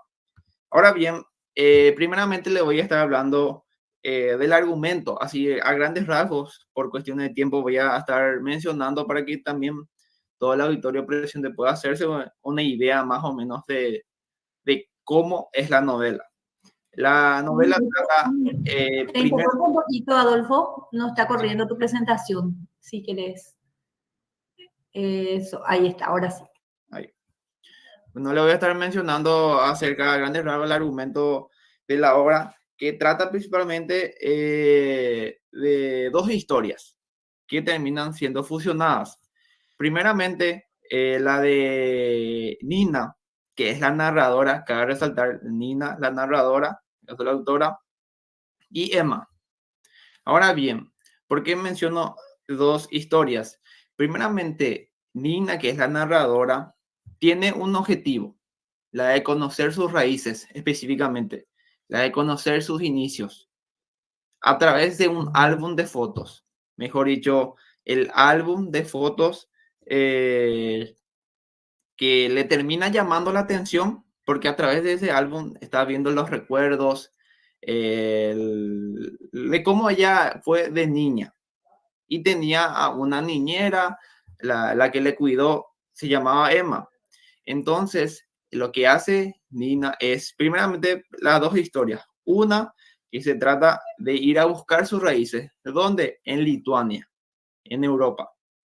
Y la otra es la de escribir una historia a través de esa historia, si valga la redundancia en esa parte. Entonces, la novela trata de esa manera, donde la la autora, que es la narradora también, y la protagonista, por supuesto, de la obra, va a Lituania, se sumerge en el hueto de Vilna, que es el lugar característico de Lituania, en busca de Emma. ¿Quién era Emma? La que la cuidó de chica, tuvo sus inicios con ella.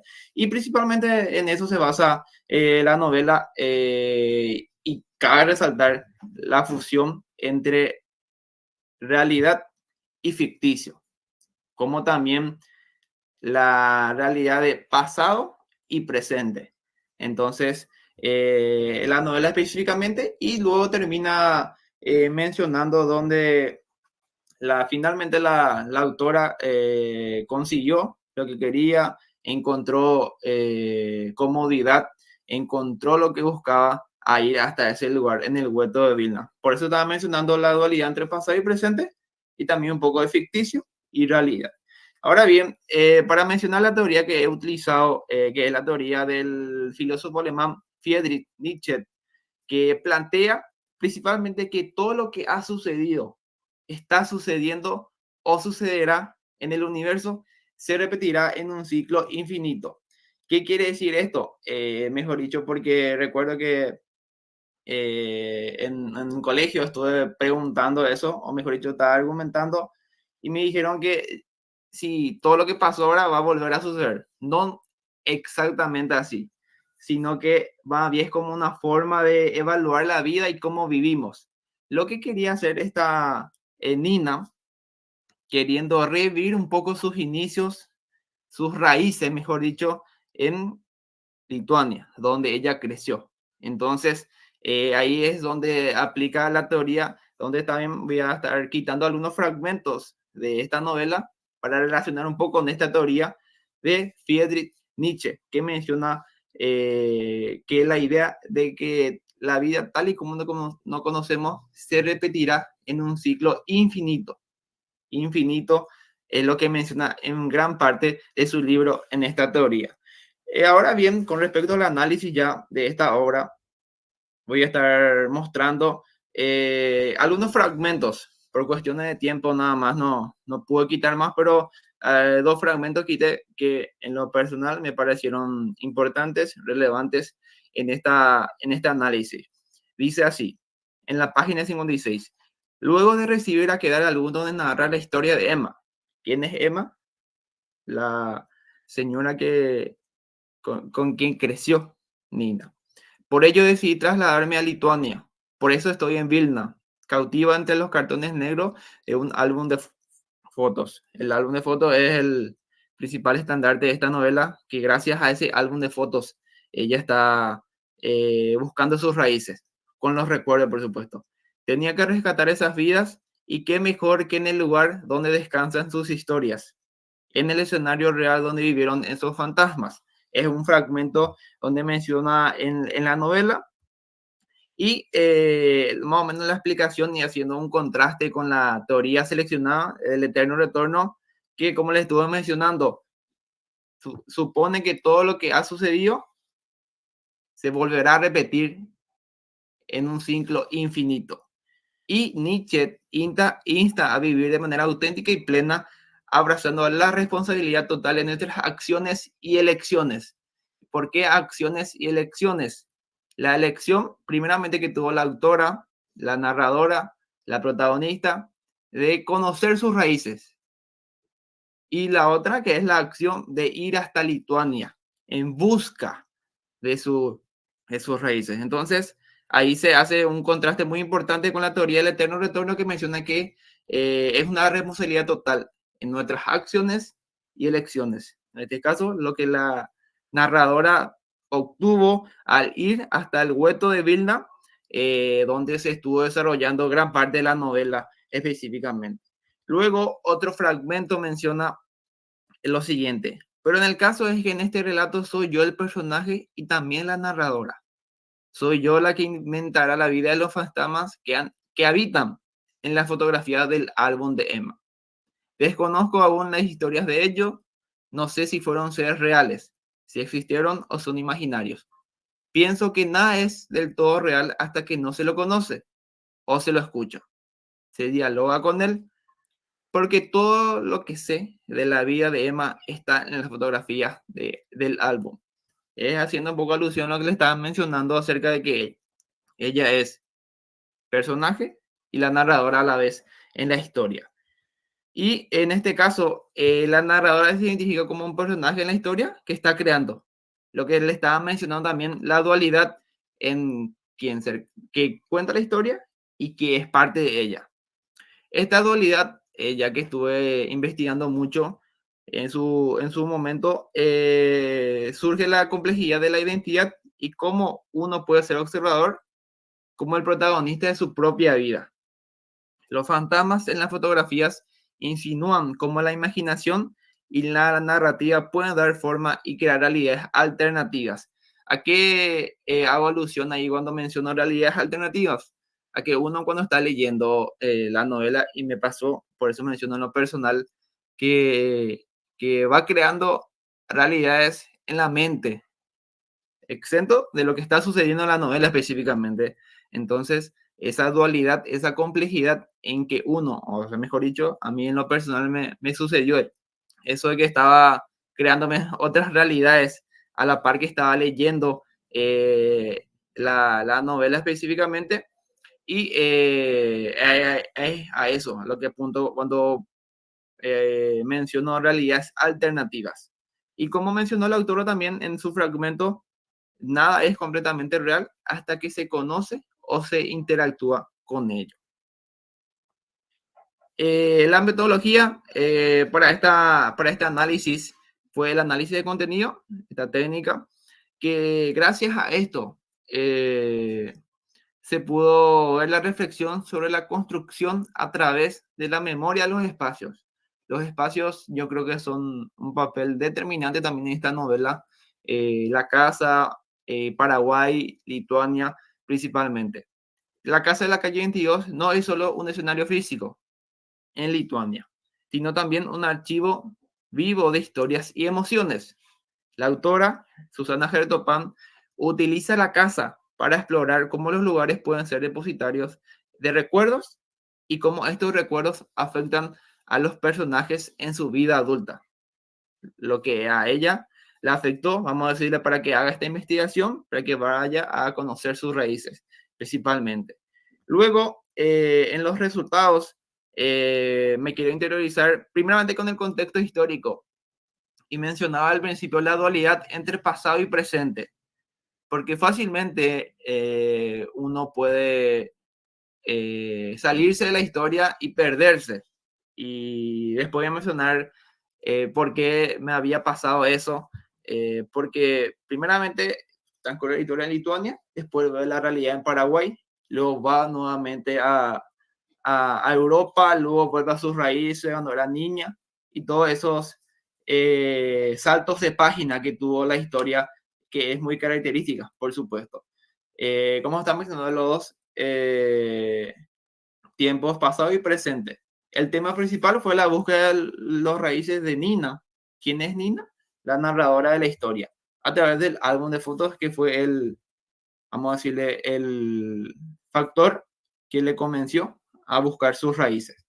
Luego, el punto de vista, la narradora describe una historia compleja y rica en capas, donde se entrelaza la historia de dos mujeres. Eva, como le estaba mencionando, fue la que la cuidó de chica, creció con ella, y Nina, que es la narradora, que estas están conectadas por un lazo profundo por la búsqueda de identidad, de raíces, significados a través del álbum de fotos. Como estaba mencionando, la estructura no es lineal porque cuenta con varios saltos de tiempo, la realidad fusionando con la ficción, por supuesto.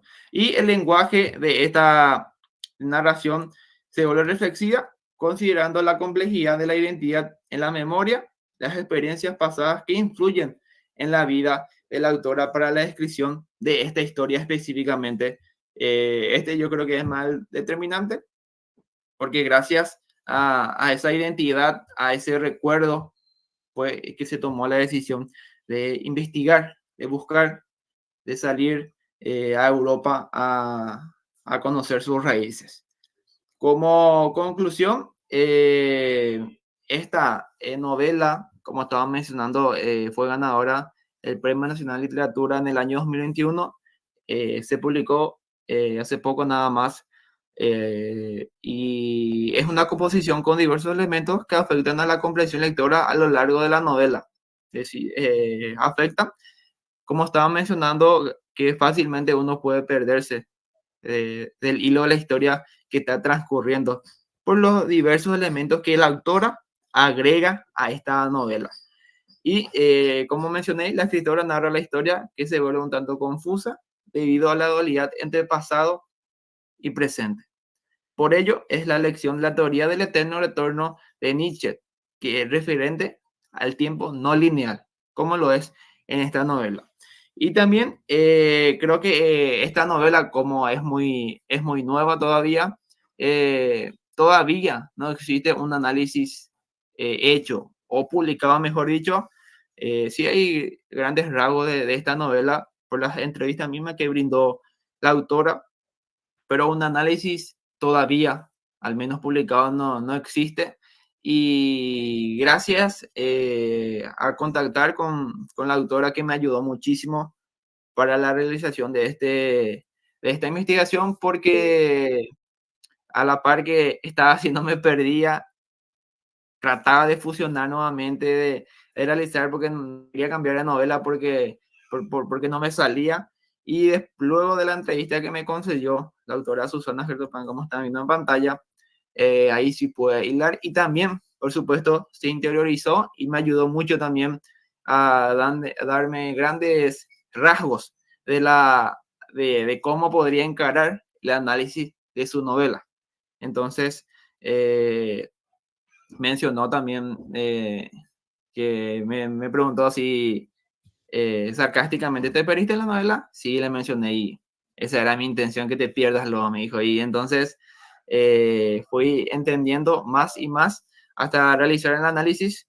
Y también, por supuesto, ella me interiorizó, me dio a solucionar algunos cabos que estaban sueltos por ahí. Entonces, gracias a ello, pude solucionar este inconveniente de la novela y terminar mi análisis, por supuesto, que es el siguiente que he compartido con todos ustedes. Y eso nada más mi análisis. Muchas gracias por su atención. Excelente trabajo, querido. Muy, muy interesante, muy actual. Hay una manito levantada y es el único comentario que vamos a dejar por ahora, porque estamos un poquito retrasados en los tiempos, pero no queríamos interrumpir porque los trabajos realmente son muy interesantes. Adelante, por favor, quien levantó la mano. Sí, solamente precisar, consultarle al estudiante cómo fue que lograste conectar la novela con una reflexión tan profunda como la que hace Nietzsche, hablando del eterno retorno, que para algunos habla de viaje en el tiempo, y también sobre todo de una teoría ética bastante fundamentada. Entonces, me gustaría saber cómo es que lograste esa conexión. ¿Le leíste alguna vez a Nietzsche también? La conexión yo la tomé porque, en lo personal, la novela, o sea, para el análisis, esta teoría no estaba seleccionada. Y luego de conversar con la autora que me concedió la entrevista, me mencionó que ella la intención de ella es recrear un poco sus inicios, sus raíces, vivir un poco lo que ella vivió, vamos a decirle, en su infancia, a través de Emma, que fue la que la cuidó desde chiquita. Y empecé a buscar, y me aparecieron dos teorías, y traté de enlazar con la teoría de Nietzsche, porque, como estaba mencionando, dice, no es que se volverá a repetir tal y como sucedió antes, sino que también es la de evaluar la vida y cómo vivimos con nuestras acciones y elecciones, por sobre todas las cosas. Traté de la elección que tuvo ella primero, antes de investigar su historia, y acción de ir hasta Lituania, hasta el viejo continente, a rehacer, a investigar su vida principalmente. La verdad que es una novela muy interesante. Si tienen la oportunidad de de leerlo, como dice, acá tiene el Premio Nacional de Literatura 2021 y es muy interesante para todos esos lectores que quieran realizar, porque en lo personal me perdí varias veces, pero eso es bueno porque está entrando por la realidad de cómo está sucediendo de verdad la historia. Excelente, excelente. Muy bien. No sé si respondió a la pregunta que le hicieron. Podemos pasar entonces con la disculpa del caso. Siguen ingresando participantes e interesados porque vemos que verdaderamente están muy interesantes también los trabajos. Muchas gracias, Adolfo. Y bueno, le vamos a dar entonces el espacio a los dos últimos trabajos que tenemos hoy. Análisis de la violencia y sus manifestaciones en la obra teatral, Liz Nazaria Vázquez Gil, del Instituto de Desarrollo y el INAES.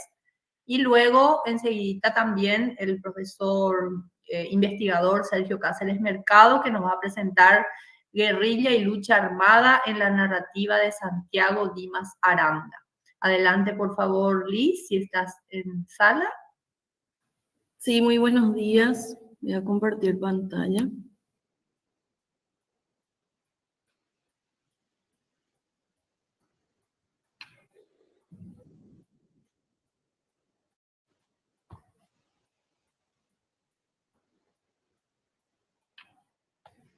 Si me avisan, ya se puede ver en forma completa. Perfecto. Excelente. Bueno, muy buenos días para todos, compañeros de la Universidad Nacional de Itapúa y también a mis maestros y hoy día colegas del Instituto Nacional de Educación Superior, estudiantes presentes todos. El día de hoy quiero compartir con ustedes el análisis de la violencia y sus manifestaciones en la obra teatral Evangelista, que es una obra de 1926 del autor paraguayo Arturo Alsina.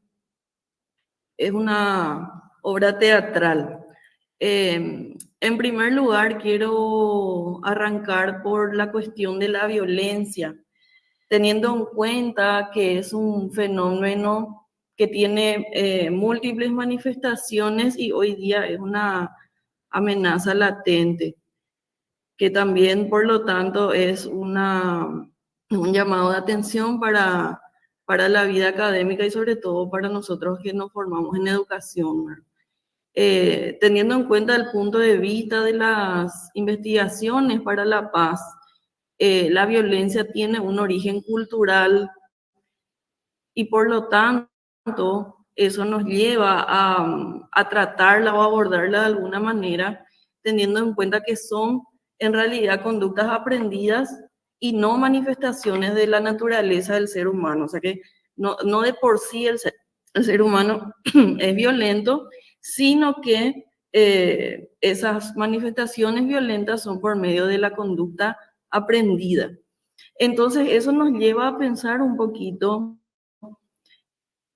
en que esas raíces que tiene la violencia se pueden educar y por medio de la literatura, ¿verdad? Que es un vehículo de transmisión de valores, un potencial vehículo para ello, tratar de cambiar, entender los conflictos y aplicarla como una alternativa a formar actitudes, sobre todo no violentas. Bueno, esa fue la motivación que yo encontré para este trabajo y por lo tanto se tradujo en estos objetivos. En primer lugar, como objetivo general, en analizar esta obra Evangelista, que es de Arturo Alsina, desde el punto de vista de la violencia para los estudios para la paz, porque la violencia también puede ser vista desde otras ciencias.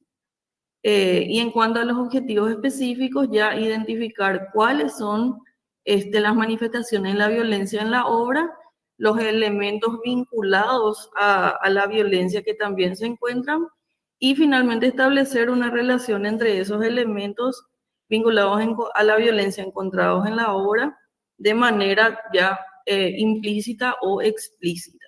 Eso también se tuvo de manifiesto al momento del análisis. En cuanto a la metodología del trabajo, es un trabajo claramente de enfoque cualitativo o de ruta cualitativa, sobre todo porque se pretende la profundización de este fenómeno que es la violencia, y un análisis de contenido cualitativo por medio de un análisis semántico y pragmático de la obra teatral. La violencia y sus manifestaciones es el fenómeno, así como ya lo dije, y enfocada desde el punto de vista de las investigaciones para la paz. En este caso, ¿verdad? En contexto de la obra. Ya como estrategia se realizó una investigación de tipo documental, por medio de fichas bibliográficas, matrices de análisis.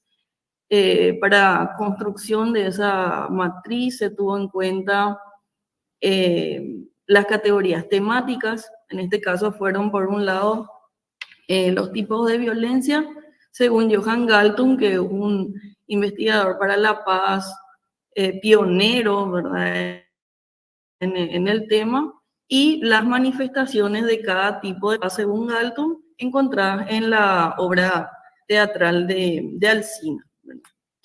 Bueno, hablando un poquito de lo que es esta obra de Arturo Alsina y por qué fue seleccionada también, les puedo comentar que Evangelista, que es la obra que vamos a analizar, se encuentra inmersa en este libro que tienen en pantalla, que es un compendio en realidad de las obras teatrales de Arturo Alsina. Él tiene sus inicios ya en 1913 como miembro o parte o de alguna manera vinculado a la revista Crónica, que es una revista hito, ¿verdad?, de la cultura paraguaya.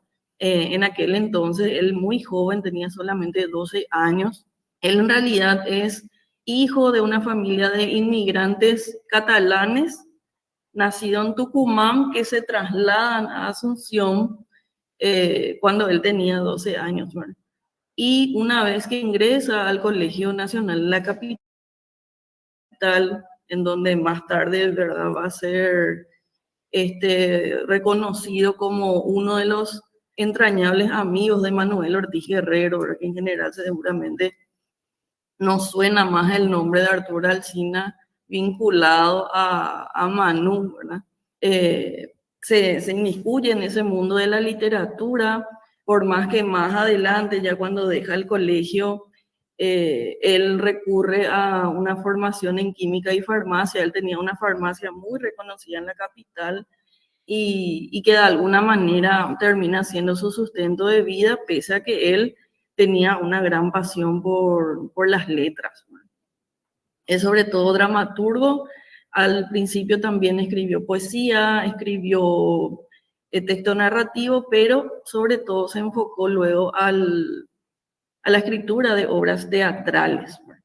Y en este caso, luego, más adelante, ya en 1926, él forma parte del equipo editorial de la revista Juventud, que es otra revista muy importante de difusión de la cultura paraguaya, ¿verdad?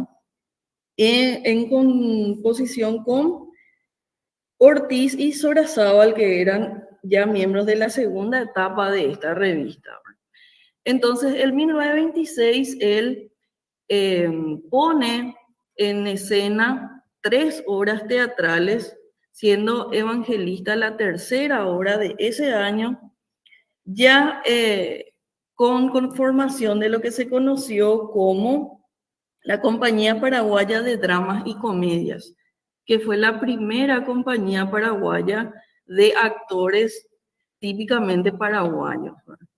Entonces, esa fue la diferencia, digamos, que hizo esta obra respecto a sus 2 anteriores, que fueron Flor de Estero y La Marca de Fuego, también llevadas a escena ese año.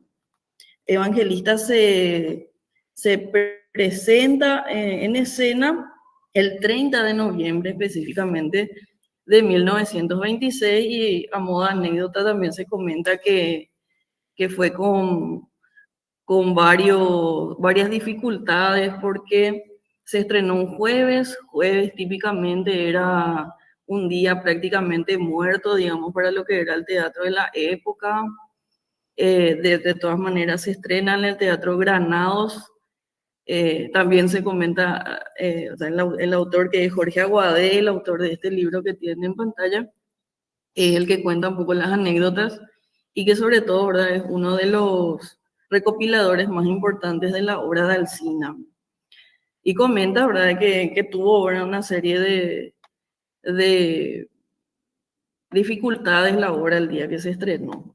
De todas maneras, también cabe resaltar que por más que estos originales fueron perdidos, porque realmente los manuscritos originales no los tiene la familia Alsina, fueron lastimosamente extraviados, pero en 1977 justamente la editorial Manuel Ortiz Guerrero rescata, por medio del análisis de Jorge Aguadé de esta obra evangelista, algunos de los textos, de manera que se pudo reconstruir y se presentó en este volumen, que fue también publicado por la editorial Manuel Ortiz Guerrero y patrocinado por el Patronato del Leproso del Paraguay, que es este libro que tienen ahí en pantalla.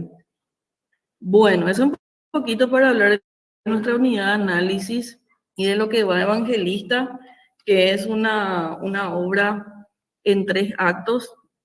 Es una obra que tiene como protagonista justamente a esta mujer evangelista, que es una mujer típicamente protectora de su hogar, a cargo de su padre que estaba enfermo, con un hermano que estaba, digamos que, atacado por los vicios del juego, irresponsable.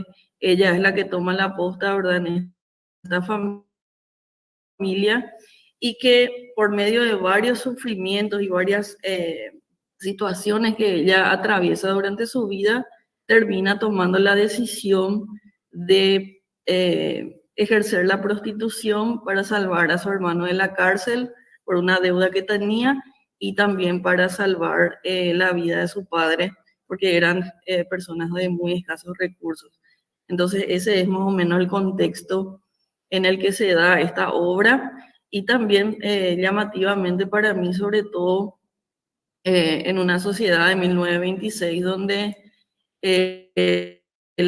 la mujer en general no ejercía un rol de liderazgo visible. Entonces Alsina lo que hace es reivindicar un poquito también el papel de la mujer. Ahora, para entender un poquito cómo hice el análisis, les quiero presentar este esquema que representa un poquito cuáles son las violencias y cómo se puede entender la violencia, sobre todo en el contexto de las investigaciones para la paz. Y podemos ver en este triángulo que tenemos 3 manifestaciones o 3 clasificaciones, mejor dicho, de las violencias. Una violencia directa, una violencia cultural y una violencia estructural. Cuando hablamos de violencia directa, tenemos que hablar de una violencia que se manifiesta directamente por acciones que tienen que ver con daño al destinatario, daño directo. Ese daño puede ser un daño físico, como también un daño psicológico. Luego tenemos una violencia estructural, que es la que por medio de la justificación por medios ideológicos permite que siga ocurriendo la violencia directa o de alguna manera avala. Y la violencia cultural, que es una violencia que se comprende por medio de aspectos simbólicos de la cultura o que justifica ciertos tipos de violencia justamente por medio de ideologías. Entonces, para que veamos de manera un poco más específica, El análisis de la obra se hizo por medio primero de los actos y las escenas de la obra. Tenemos un primer acto en el cual encontramos expresiones como la empresa le exige todo, hasta la vida, pero no se le obliga a nada, que es un poquito un subjetivismo que propone un tipo de violencia estructural cuya manifestación, por ejemplo, puede ser la explotación laboral o también el abuso de poder. Eso sería ya la manifestación de la violencia estructural. También podemos ver otro ejemplo en el cual una de las mujeres en la obra se refiere a Evangelista como una mujer mal vestida, que nos deshonraría por el aspecto que tenía, ¿verdad? Y dice, si parece una cocinera, dice, ¿verdad? Un poco ejerciendo violencia cultural o simbólica con la manifestación de desprecio por las clases trabajadoras, también una violencia psicológica que es violencia directa. Luego tenemos otros ejemplos en el que se habla de la corrupción, la explotación laboral, que son manifestaciones de la violencia estructural. Aquí vemos directamente en el acto segundo, escena cuarta, un personaje hablando de la muerte y era en un conflicto, ¿verdad? En una situación en la que uno de los personajes, don Pedro, que es el padre de Evangelista, dice cuánta belleza hay en la muerte joven, ¿verdad? Y hablamos de violencia directa o muerte violenta, otras manifestaciones de la violencia estructural como la pobreza extrema. Entonces, vemos que de las tres violencias que estuvimos comentando, se pueden identificar los tres tipos. La violencia directa, la violencia estructural y también una violencia simbólica. Ahora, esas manifestaciones de la violencia se encuentran de manera explícita por medio de palabras que representan, ¿verdad?, manifestaciones de esas violencias, como también de manera implícita por medio de diálogos o ideas que proponen los personajes de la obra. Entonces, aparte de identificar esas manifestaciones de la violencia, podemos también exponer una realidad que es que esta pieza literaria es una potencial herramienta para ilustrar a los lectores cómo se pueden incluir estas manifestaciones de la violencia y por medio de ellas también fomentar la conciencia colectiva respecto a la problemática de la violencia. Y por otro lado, que esta obra puede constituirse en una motivación de los estudios para la paz por medio de los mensajes que están inmersos en el texto. En este caso, ¿verdad?, resaltado por medio de las manifestaciones de la violencia. Entonces, para culminar, quiero compartir esta frase de Johann Galtung, que es el teórico que tuve en cuenta para mi estudio. Para los conflictos del presente tenemos la mediación, para los del pasado tenemos la reconciliación y finalmente para las situaciones futuras tenemos una cultura de paz. Con eso concluyo mi presentación. Muy agradecida por su tiempo. Muchas gracias, Liz. Muy interesante trabajo también, todos muy trabajos de análisis, lecturas, mucha filosofía, y probablemente con eso vamos a culminar también. Si está Sergio Cáceres Mercado, Guerrilla y lucha armada en la narrativa de Santiago Dimas Aranda, es el trabajo que nos ofrece para cerrar este primer día de las jornadas virtuales que estamos realizando de manera conjunta, entonces, entre la Facultad de Humanidades, Ciencias Sociales y Cultura Guaraní y el Instituto Nacional de Educación Superior. Si está Sergio. A ver si está Sergio por ahí. Hola. Hola, ahí está, Sergio Cáceres Mercados. Adelante, por favor, con tu presentación. Hola. Brillante. ¿Cómo estás? ¿Qué tal? Qué Hola, bueno. profe, ¿cómo están? ¿Qué tal? Excelente. Acá. ¿En saludo clase, en desde- aula? Sí, estoy en mi aula ahora. Fantástico. Recién corté para poder darles porque me coincidía. Así que, bueno, primero que nada, agradecimientos a la UNI por este evento, ¿verdad?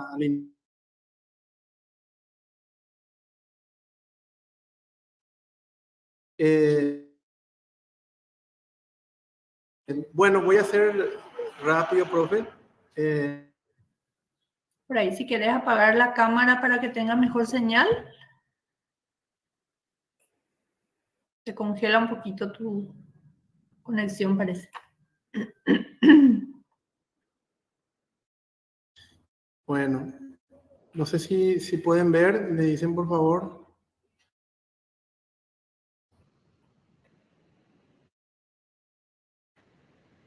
¿Se ve? Aún no. Ahora sí, Sergio. Excelente.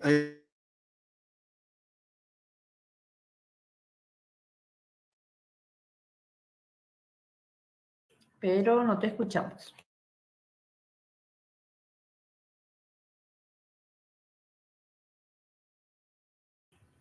Aún no te escuchamos, Sergio. Este año se cumplen 100 años de Dimas Aranda. Entonces, hay varias cosas que estoy encontrando dentro de su literatura. Una de ellas es la que voy a poner acá, que es esta cuestión de la guerrilla y la lucha armada. Entonces, este es el escritor Santiago Dimas Aranda. Él nació en Perulero, que es un pueblito de Ñumí, en el Guairá.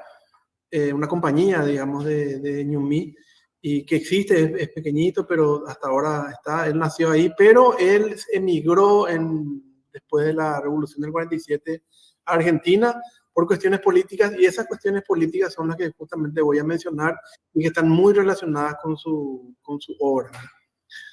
Voy a desconectar un poco mi WhatsApp porque estoy escuchando que esto va a interferir.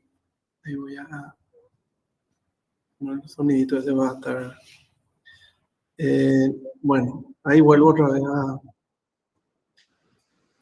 Bien, Santiago Dimas Aranda fue comunista, se afilió al partido, al Partido Comunista, pero de muy joven ya, es lo poco que estoy averiguando de él, ¿verdad? Es un escritor de muy bajo perfil, fue un escritor de muy bajo perfil, entonces muchas cosas de su vida no hay, ¿verdad? Pero lo que yo estoy encontrando, y tiene que ver con esta exposición, es que mucha de su vida, mucho de su autobiografía se refleja en su narrativa, ¿verdad? Se refleja en su obra. Entonces, él emigra, pero en 1976 se presentó a un premio, él estaba al parecer en Argentina todavía, y gana el premio Hispanidad. El premio Hispanidad era un premio que en los años 70 y principios de los 80 se otorgaba a cuentos y a novelas acá en Paraguay. Al parecer era auspiciado por los españoles, por el Centro Cultural de España. Era un premio en ese momento que tenía bastante prestigio. Y él ganó el primero y el tercer puesto. Entonces, pero la novela no se publica. Esa es una cosa que todavía tengo que averiguar. Yo creo que es por cuestiones políticas que no se publica, porque la novela es una denuncia justamente. Entonces esta es la pesadilla. Y también en los años 80 recién se publica La pesadilla y se publica que es El amor y su sombra, que es digamos, la novela que sacó el tercer puesto. Entonces el que ganó el primer puesto saca por la editorial Ortiz Guerrero, que es la editorial que más le publicó a él, que es una editorial también famosa, ligada a Villarrica, ¿verdad? Que también publicó la poesía de Ortiz Guerrero justamente.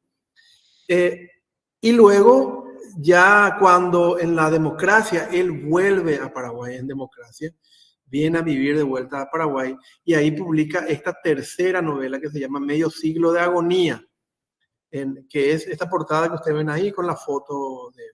Bueno, Y también, después de esa novela, él publica una compilación de cuentos y de poemas que tituló Vida, Ficción y Cantos.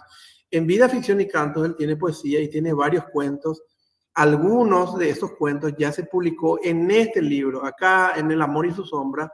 Este libro contiene la novela que había ganado el 3er puesto, pero también al final tiene como una media docena de cuentos. De esos cuentos, 2 se repiten en Vida, Ficción y Cantos con algunos cambios. Le cambia el título y algunas cositas le pulió y volvió él a sacar esos cuentos. Pero en general, la sumatoria de los cuentos que están acá y de los cuentos que están en El amor y su sombra dan como una docena por ahí de cuentos en total que él publicó. Bueno, entonces, Dima Aranda en primer lugar fue un poeta. O sea, la labor como escritor suya fue primeramente poesía y era poesía social.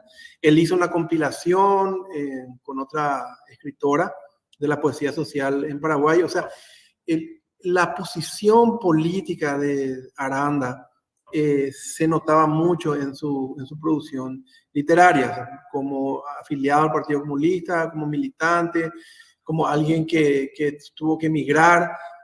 Todas esas ideas que él tiene sobre el mundo, sobre la sociedad, sobre la vida humana, se reflejan. Entonces, siempre la injusticia social es una cuestión que aparece en su obra, especialmente en La pesadilla y en 50 años de agonía, que son las novelas, digamos, primera y tercera.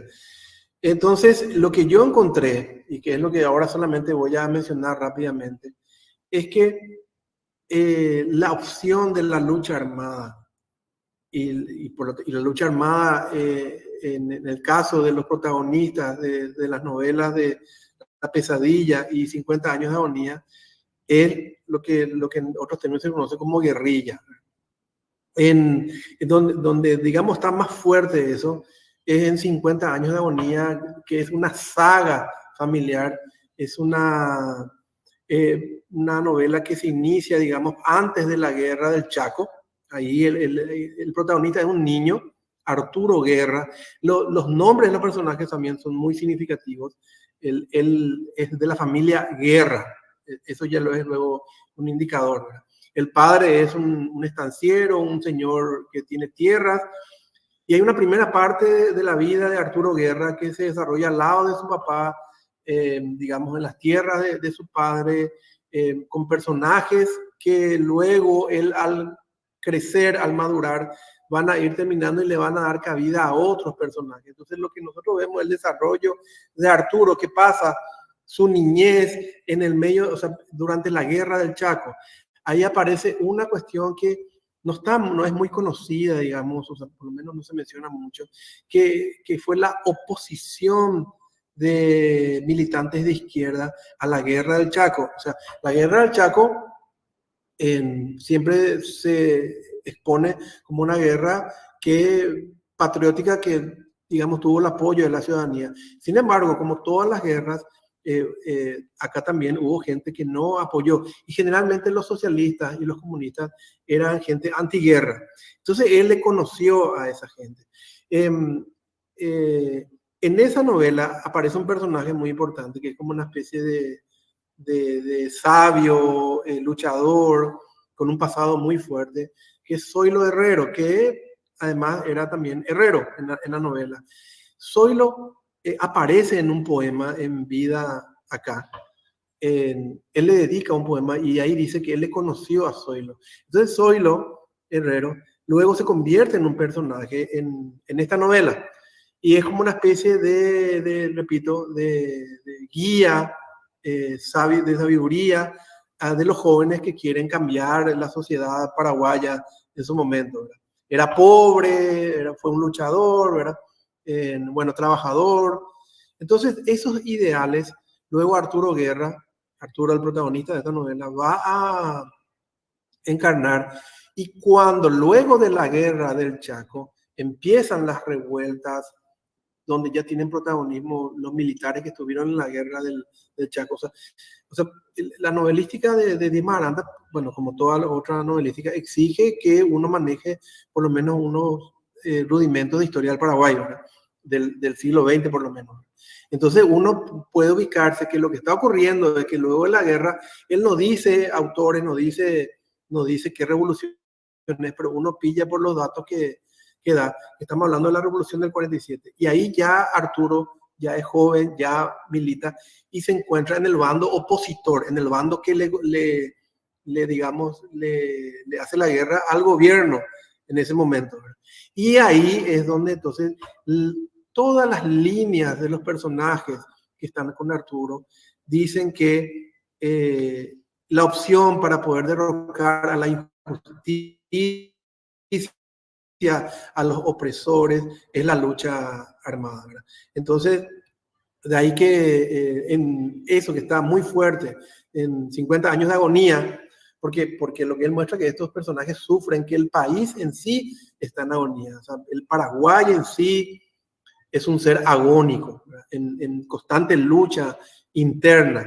Y Arturo es como una especie de reflejo de eso. Arturo pasa solamente, digamos, la niñez, la niñez y la pubertad o la adolescencia, hasta ahí, ni siquiera la adolescencia, hasta la pubertad, porque hasta tiene una noviecita, y la noviecita es una indígena. O sea, hay muchos elementos ahí en esa novela muy interesante de Dimas Aranda. Pero luego cuando crece empiezan ya los sufrimientos.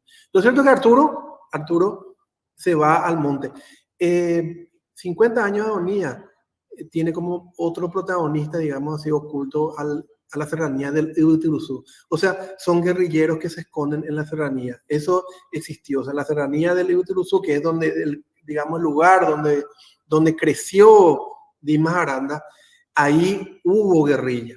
Entonces, ellos se esconden. Arturo primero es parte de eso, luego se convierte en líder, le buscan, combaten, todo lo típico de lo que se espera en situaciones de guerrilla contra el gobierno oficialista. Entonces, lo interesante, digamos, usando un método de comparación entre 50 años de agonía y luego La pesadilla, que es la primera novela, digamos, en orden de publicación. Acá el protagonista es un guerrillero. Es un guerrillero que huye del gobierno, solamente que esto ya se ubica, al parecer, él se cuida mucho de dar datos directos, pero uno puede deducir que esto está ocurriendo ya en la dictadura de Stroessner. Pero también es un guerrillero que huye con una enfermera que le ayuda, se está escapando luego de la tortura y compañía. Entonces acá tenemos un guerrillero que se está escapando, con una mujer que luego él le va a querer. Siempre el tema del amor es otro elemento muy importante. El amor siempre está presente. Luego es directamente una novela, una historia de amor, El amor y su sombra, que no voy a mencionar porque acá este elemento de la guerrilla y la lucha armada no entra. Y luego acá también. Y luego en los cuentos que están en Vida, Ficción y Canto, hay un cuento sobre la Revolución del 47, un cuento sobre los opositores, digamos, a la guerra del Chaco, otro cuento de guerrilleros que se esconden en el... O sea, hay mucha conexión, digamos, de personajes que luchan. Siempre el ideal de cambio social está presente. Eso en la poesía de Dimas Aranda es transversal. O sea, Dimas Aranda está entre los poetas sociales como Carmen Soler, como Elvio Romero, como Luis María Martínez. Hay una serie de poetas que siempre tienen esos ideales. Y a diferencia de estos poetas, Dimas Aranda también escribió cuentos y novelas.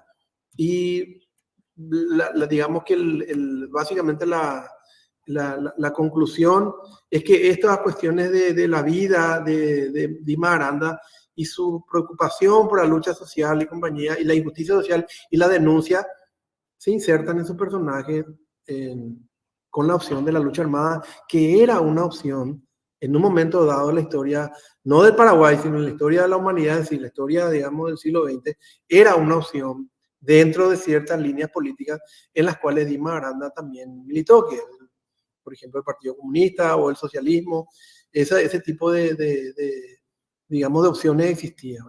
Bueno, pido disculpas por la rapidez y el desorden, ¿verdad? Quería nomás mostrar rápidamente esto, que es una investigación que está recién empezando, pero quería yo tener el espacio acá en el Congreso, en la jornada de la UNI, para exponer esto. Yo dejo acá, profe Lugo, para no extenderme mucho en el tiempo, ¿verdad? Gracias. Excelente, excelente, Sergio, muchas gracias. Y bueno, realmente todas las presentaciones que se dieron hoy, sumamente interesantes,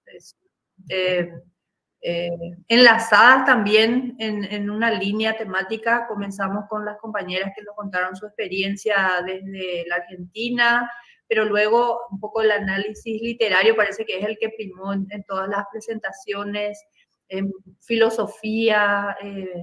Realmente valoramos muchísimo el trabajo de las compañeras del INAES que impulsan a los estudiantes de los primeros cursos a que presenten también sus trabajos, muy valioso.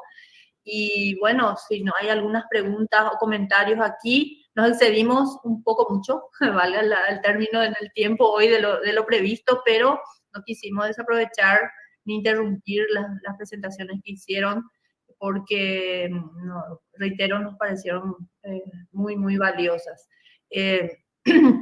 A ver, hay muchos comentarios también acá, felicitaciones en el chat, y nos saludan también en el canal de YouTube con muchos aplausos. Excelente e interesante ponencia, dice Sergio, excelentes historias para las que se presentaron antes, y realmente felicitaciones, excelente jornada. Gracias, profesor Remigio. Desde el Departamento de Lenguas del Instituto Nacional de Educación Superior Raúl Peña, entonces, y el Departamento de Lenguas de la Facultad de Humanidades, Ciencias Sociales y Cultura Guaraní de la Universidad Nacional de Itapúa, este espacio de las sextas jornadas de lengua y literatura que organizamos de manera conjunta hace varios años. Les invitamos a los compañeros que nos sigan. Hoy lo hicimos de mañana y eso también hay que recordarlo. Hacemos siempre una sesión por la mañana porque los estudiantes de las carreras del INAES están en su mayoría por la mañana, ¿verdad?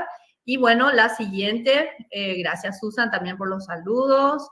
El siguiente espacio lo vamos a tener mañana entre las 16:30 y las 18:30 en los enlaces que hemos pasado a los correos, y a las personas que aún no se inscribieron o que igual les pedimos también que nos sigan por el canal de YouTube. Se va a transmitir también la serie de presentaciones de las jornadas, que ya la vamos a realizar en el horario de la tarde-noche, justamente para que participen ahí las carreras de la UNI, que son para el área de lenguas, la carrera de lengua inglesa que está por la tarde y la carrera de bilingüismo guaraní-castellano que está en la tarde-noche. Entonces, los vamos a esperar también en el enlace que ya les pasamos a los participantes e inscriptos, les pasamos por... muy bien, por favor, pueden copiar el acceso al canal de YouTube. Como no, esta misma sesión está, aquí pasamos en el chat, esta misma sesión se estuvo transmitiendo en vivo y queda grabada para que podamos escuchar y volver a usar incluso como material didáctico, ¿verdad? En algunas de nuestras clases. Entonces queda eso ahí grabado, y lo mismo vamos a tener entonces para las siguientes presentaciones, que las vamos a realizar, reitero, mañana desde las 16:30. Abrimos con trabajos ya más del área de lingüística, investigaciones en el área de lingüística aplicada a la documentación de lenguas indígenas. Tenemos también trabajos de sociolingüística de la Universidad Nacional del Nordeste que se sumaron también a esta convocatoria, y bueno, con todos los que de alguna manera también se fueron sumando a este programa. Entonces, los esperamos, reiteramos la invitación cordial. Entonces, a seguir el canal de YouTube de la Facultad de Humanidades, Ciencias Sociales y Cultura Guaraní para la transmisión en vivo y el acceso al espacio Meet a las personas que se inscribieron a través del formulario que estuvimos compartiendo también en las distintas redes y correos. ¿Algún mensaje que quieran hacer los compañeros de INAES? Y ahí ya cerramos. Bueno, les agradecemos entonces por seguirnos y los esperamos mañana de 16:30 a 18:30 con la segunda parte de estas actividades. Y ahí les contamos otras más en las que estaremos realizando en los próximos días. Yayo Chapebe, saludos.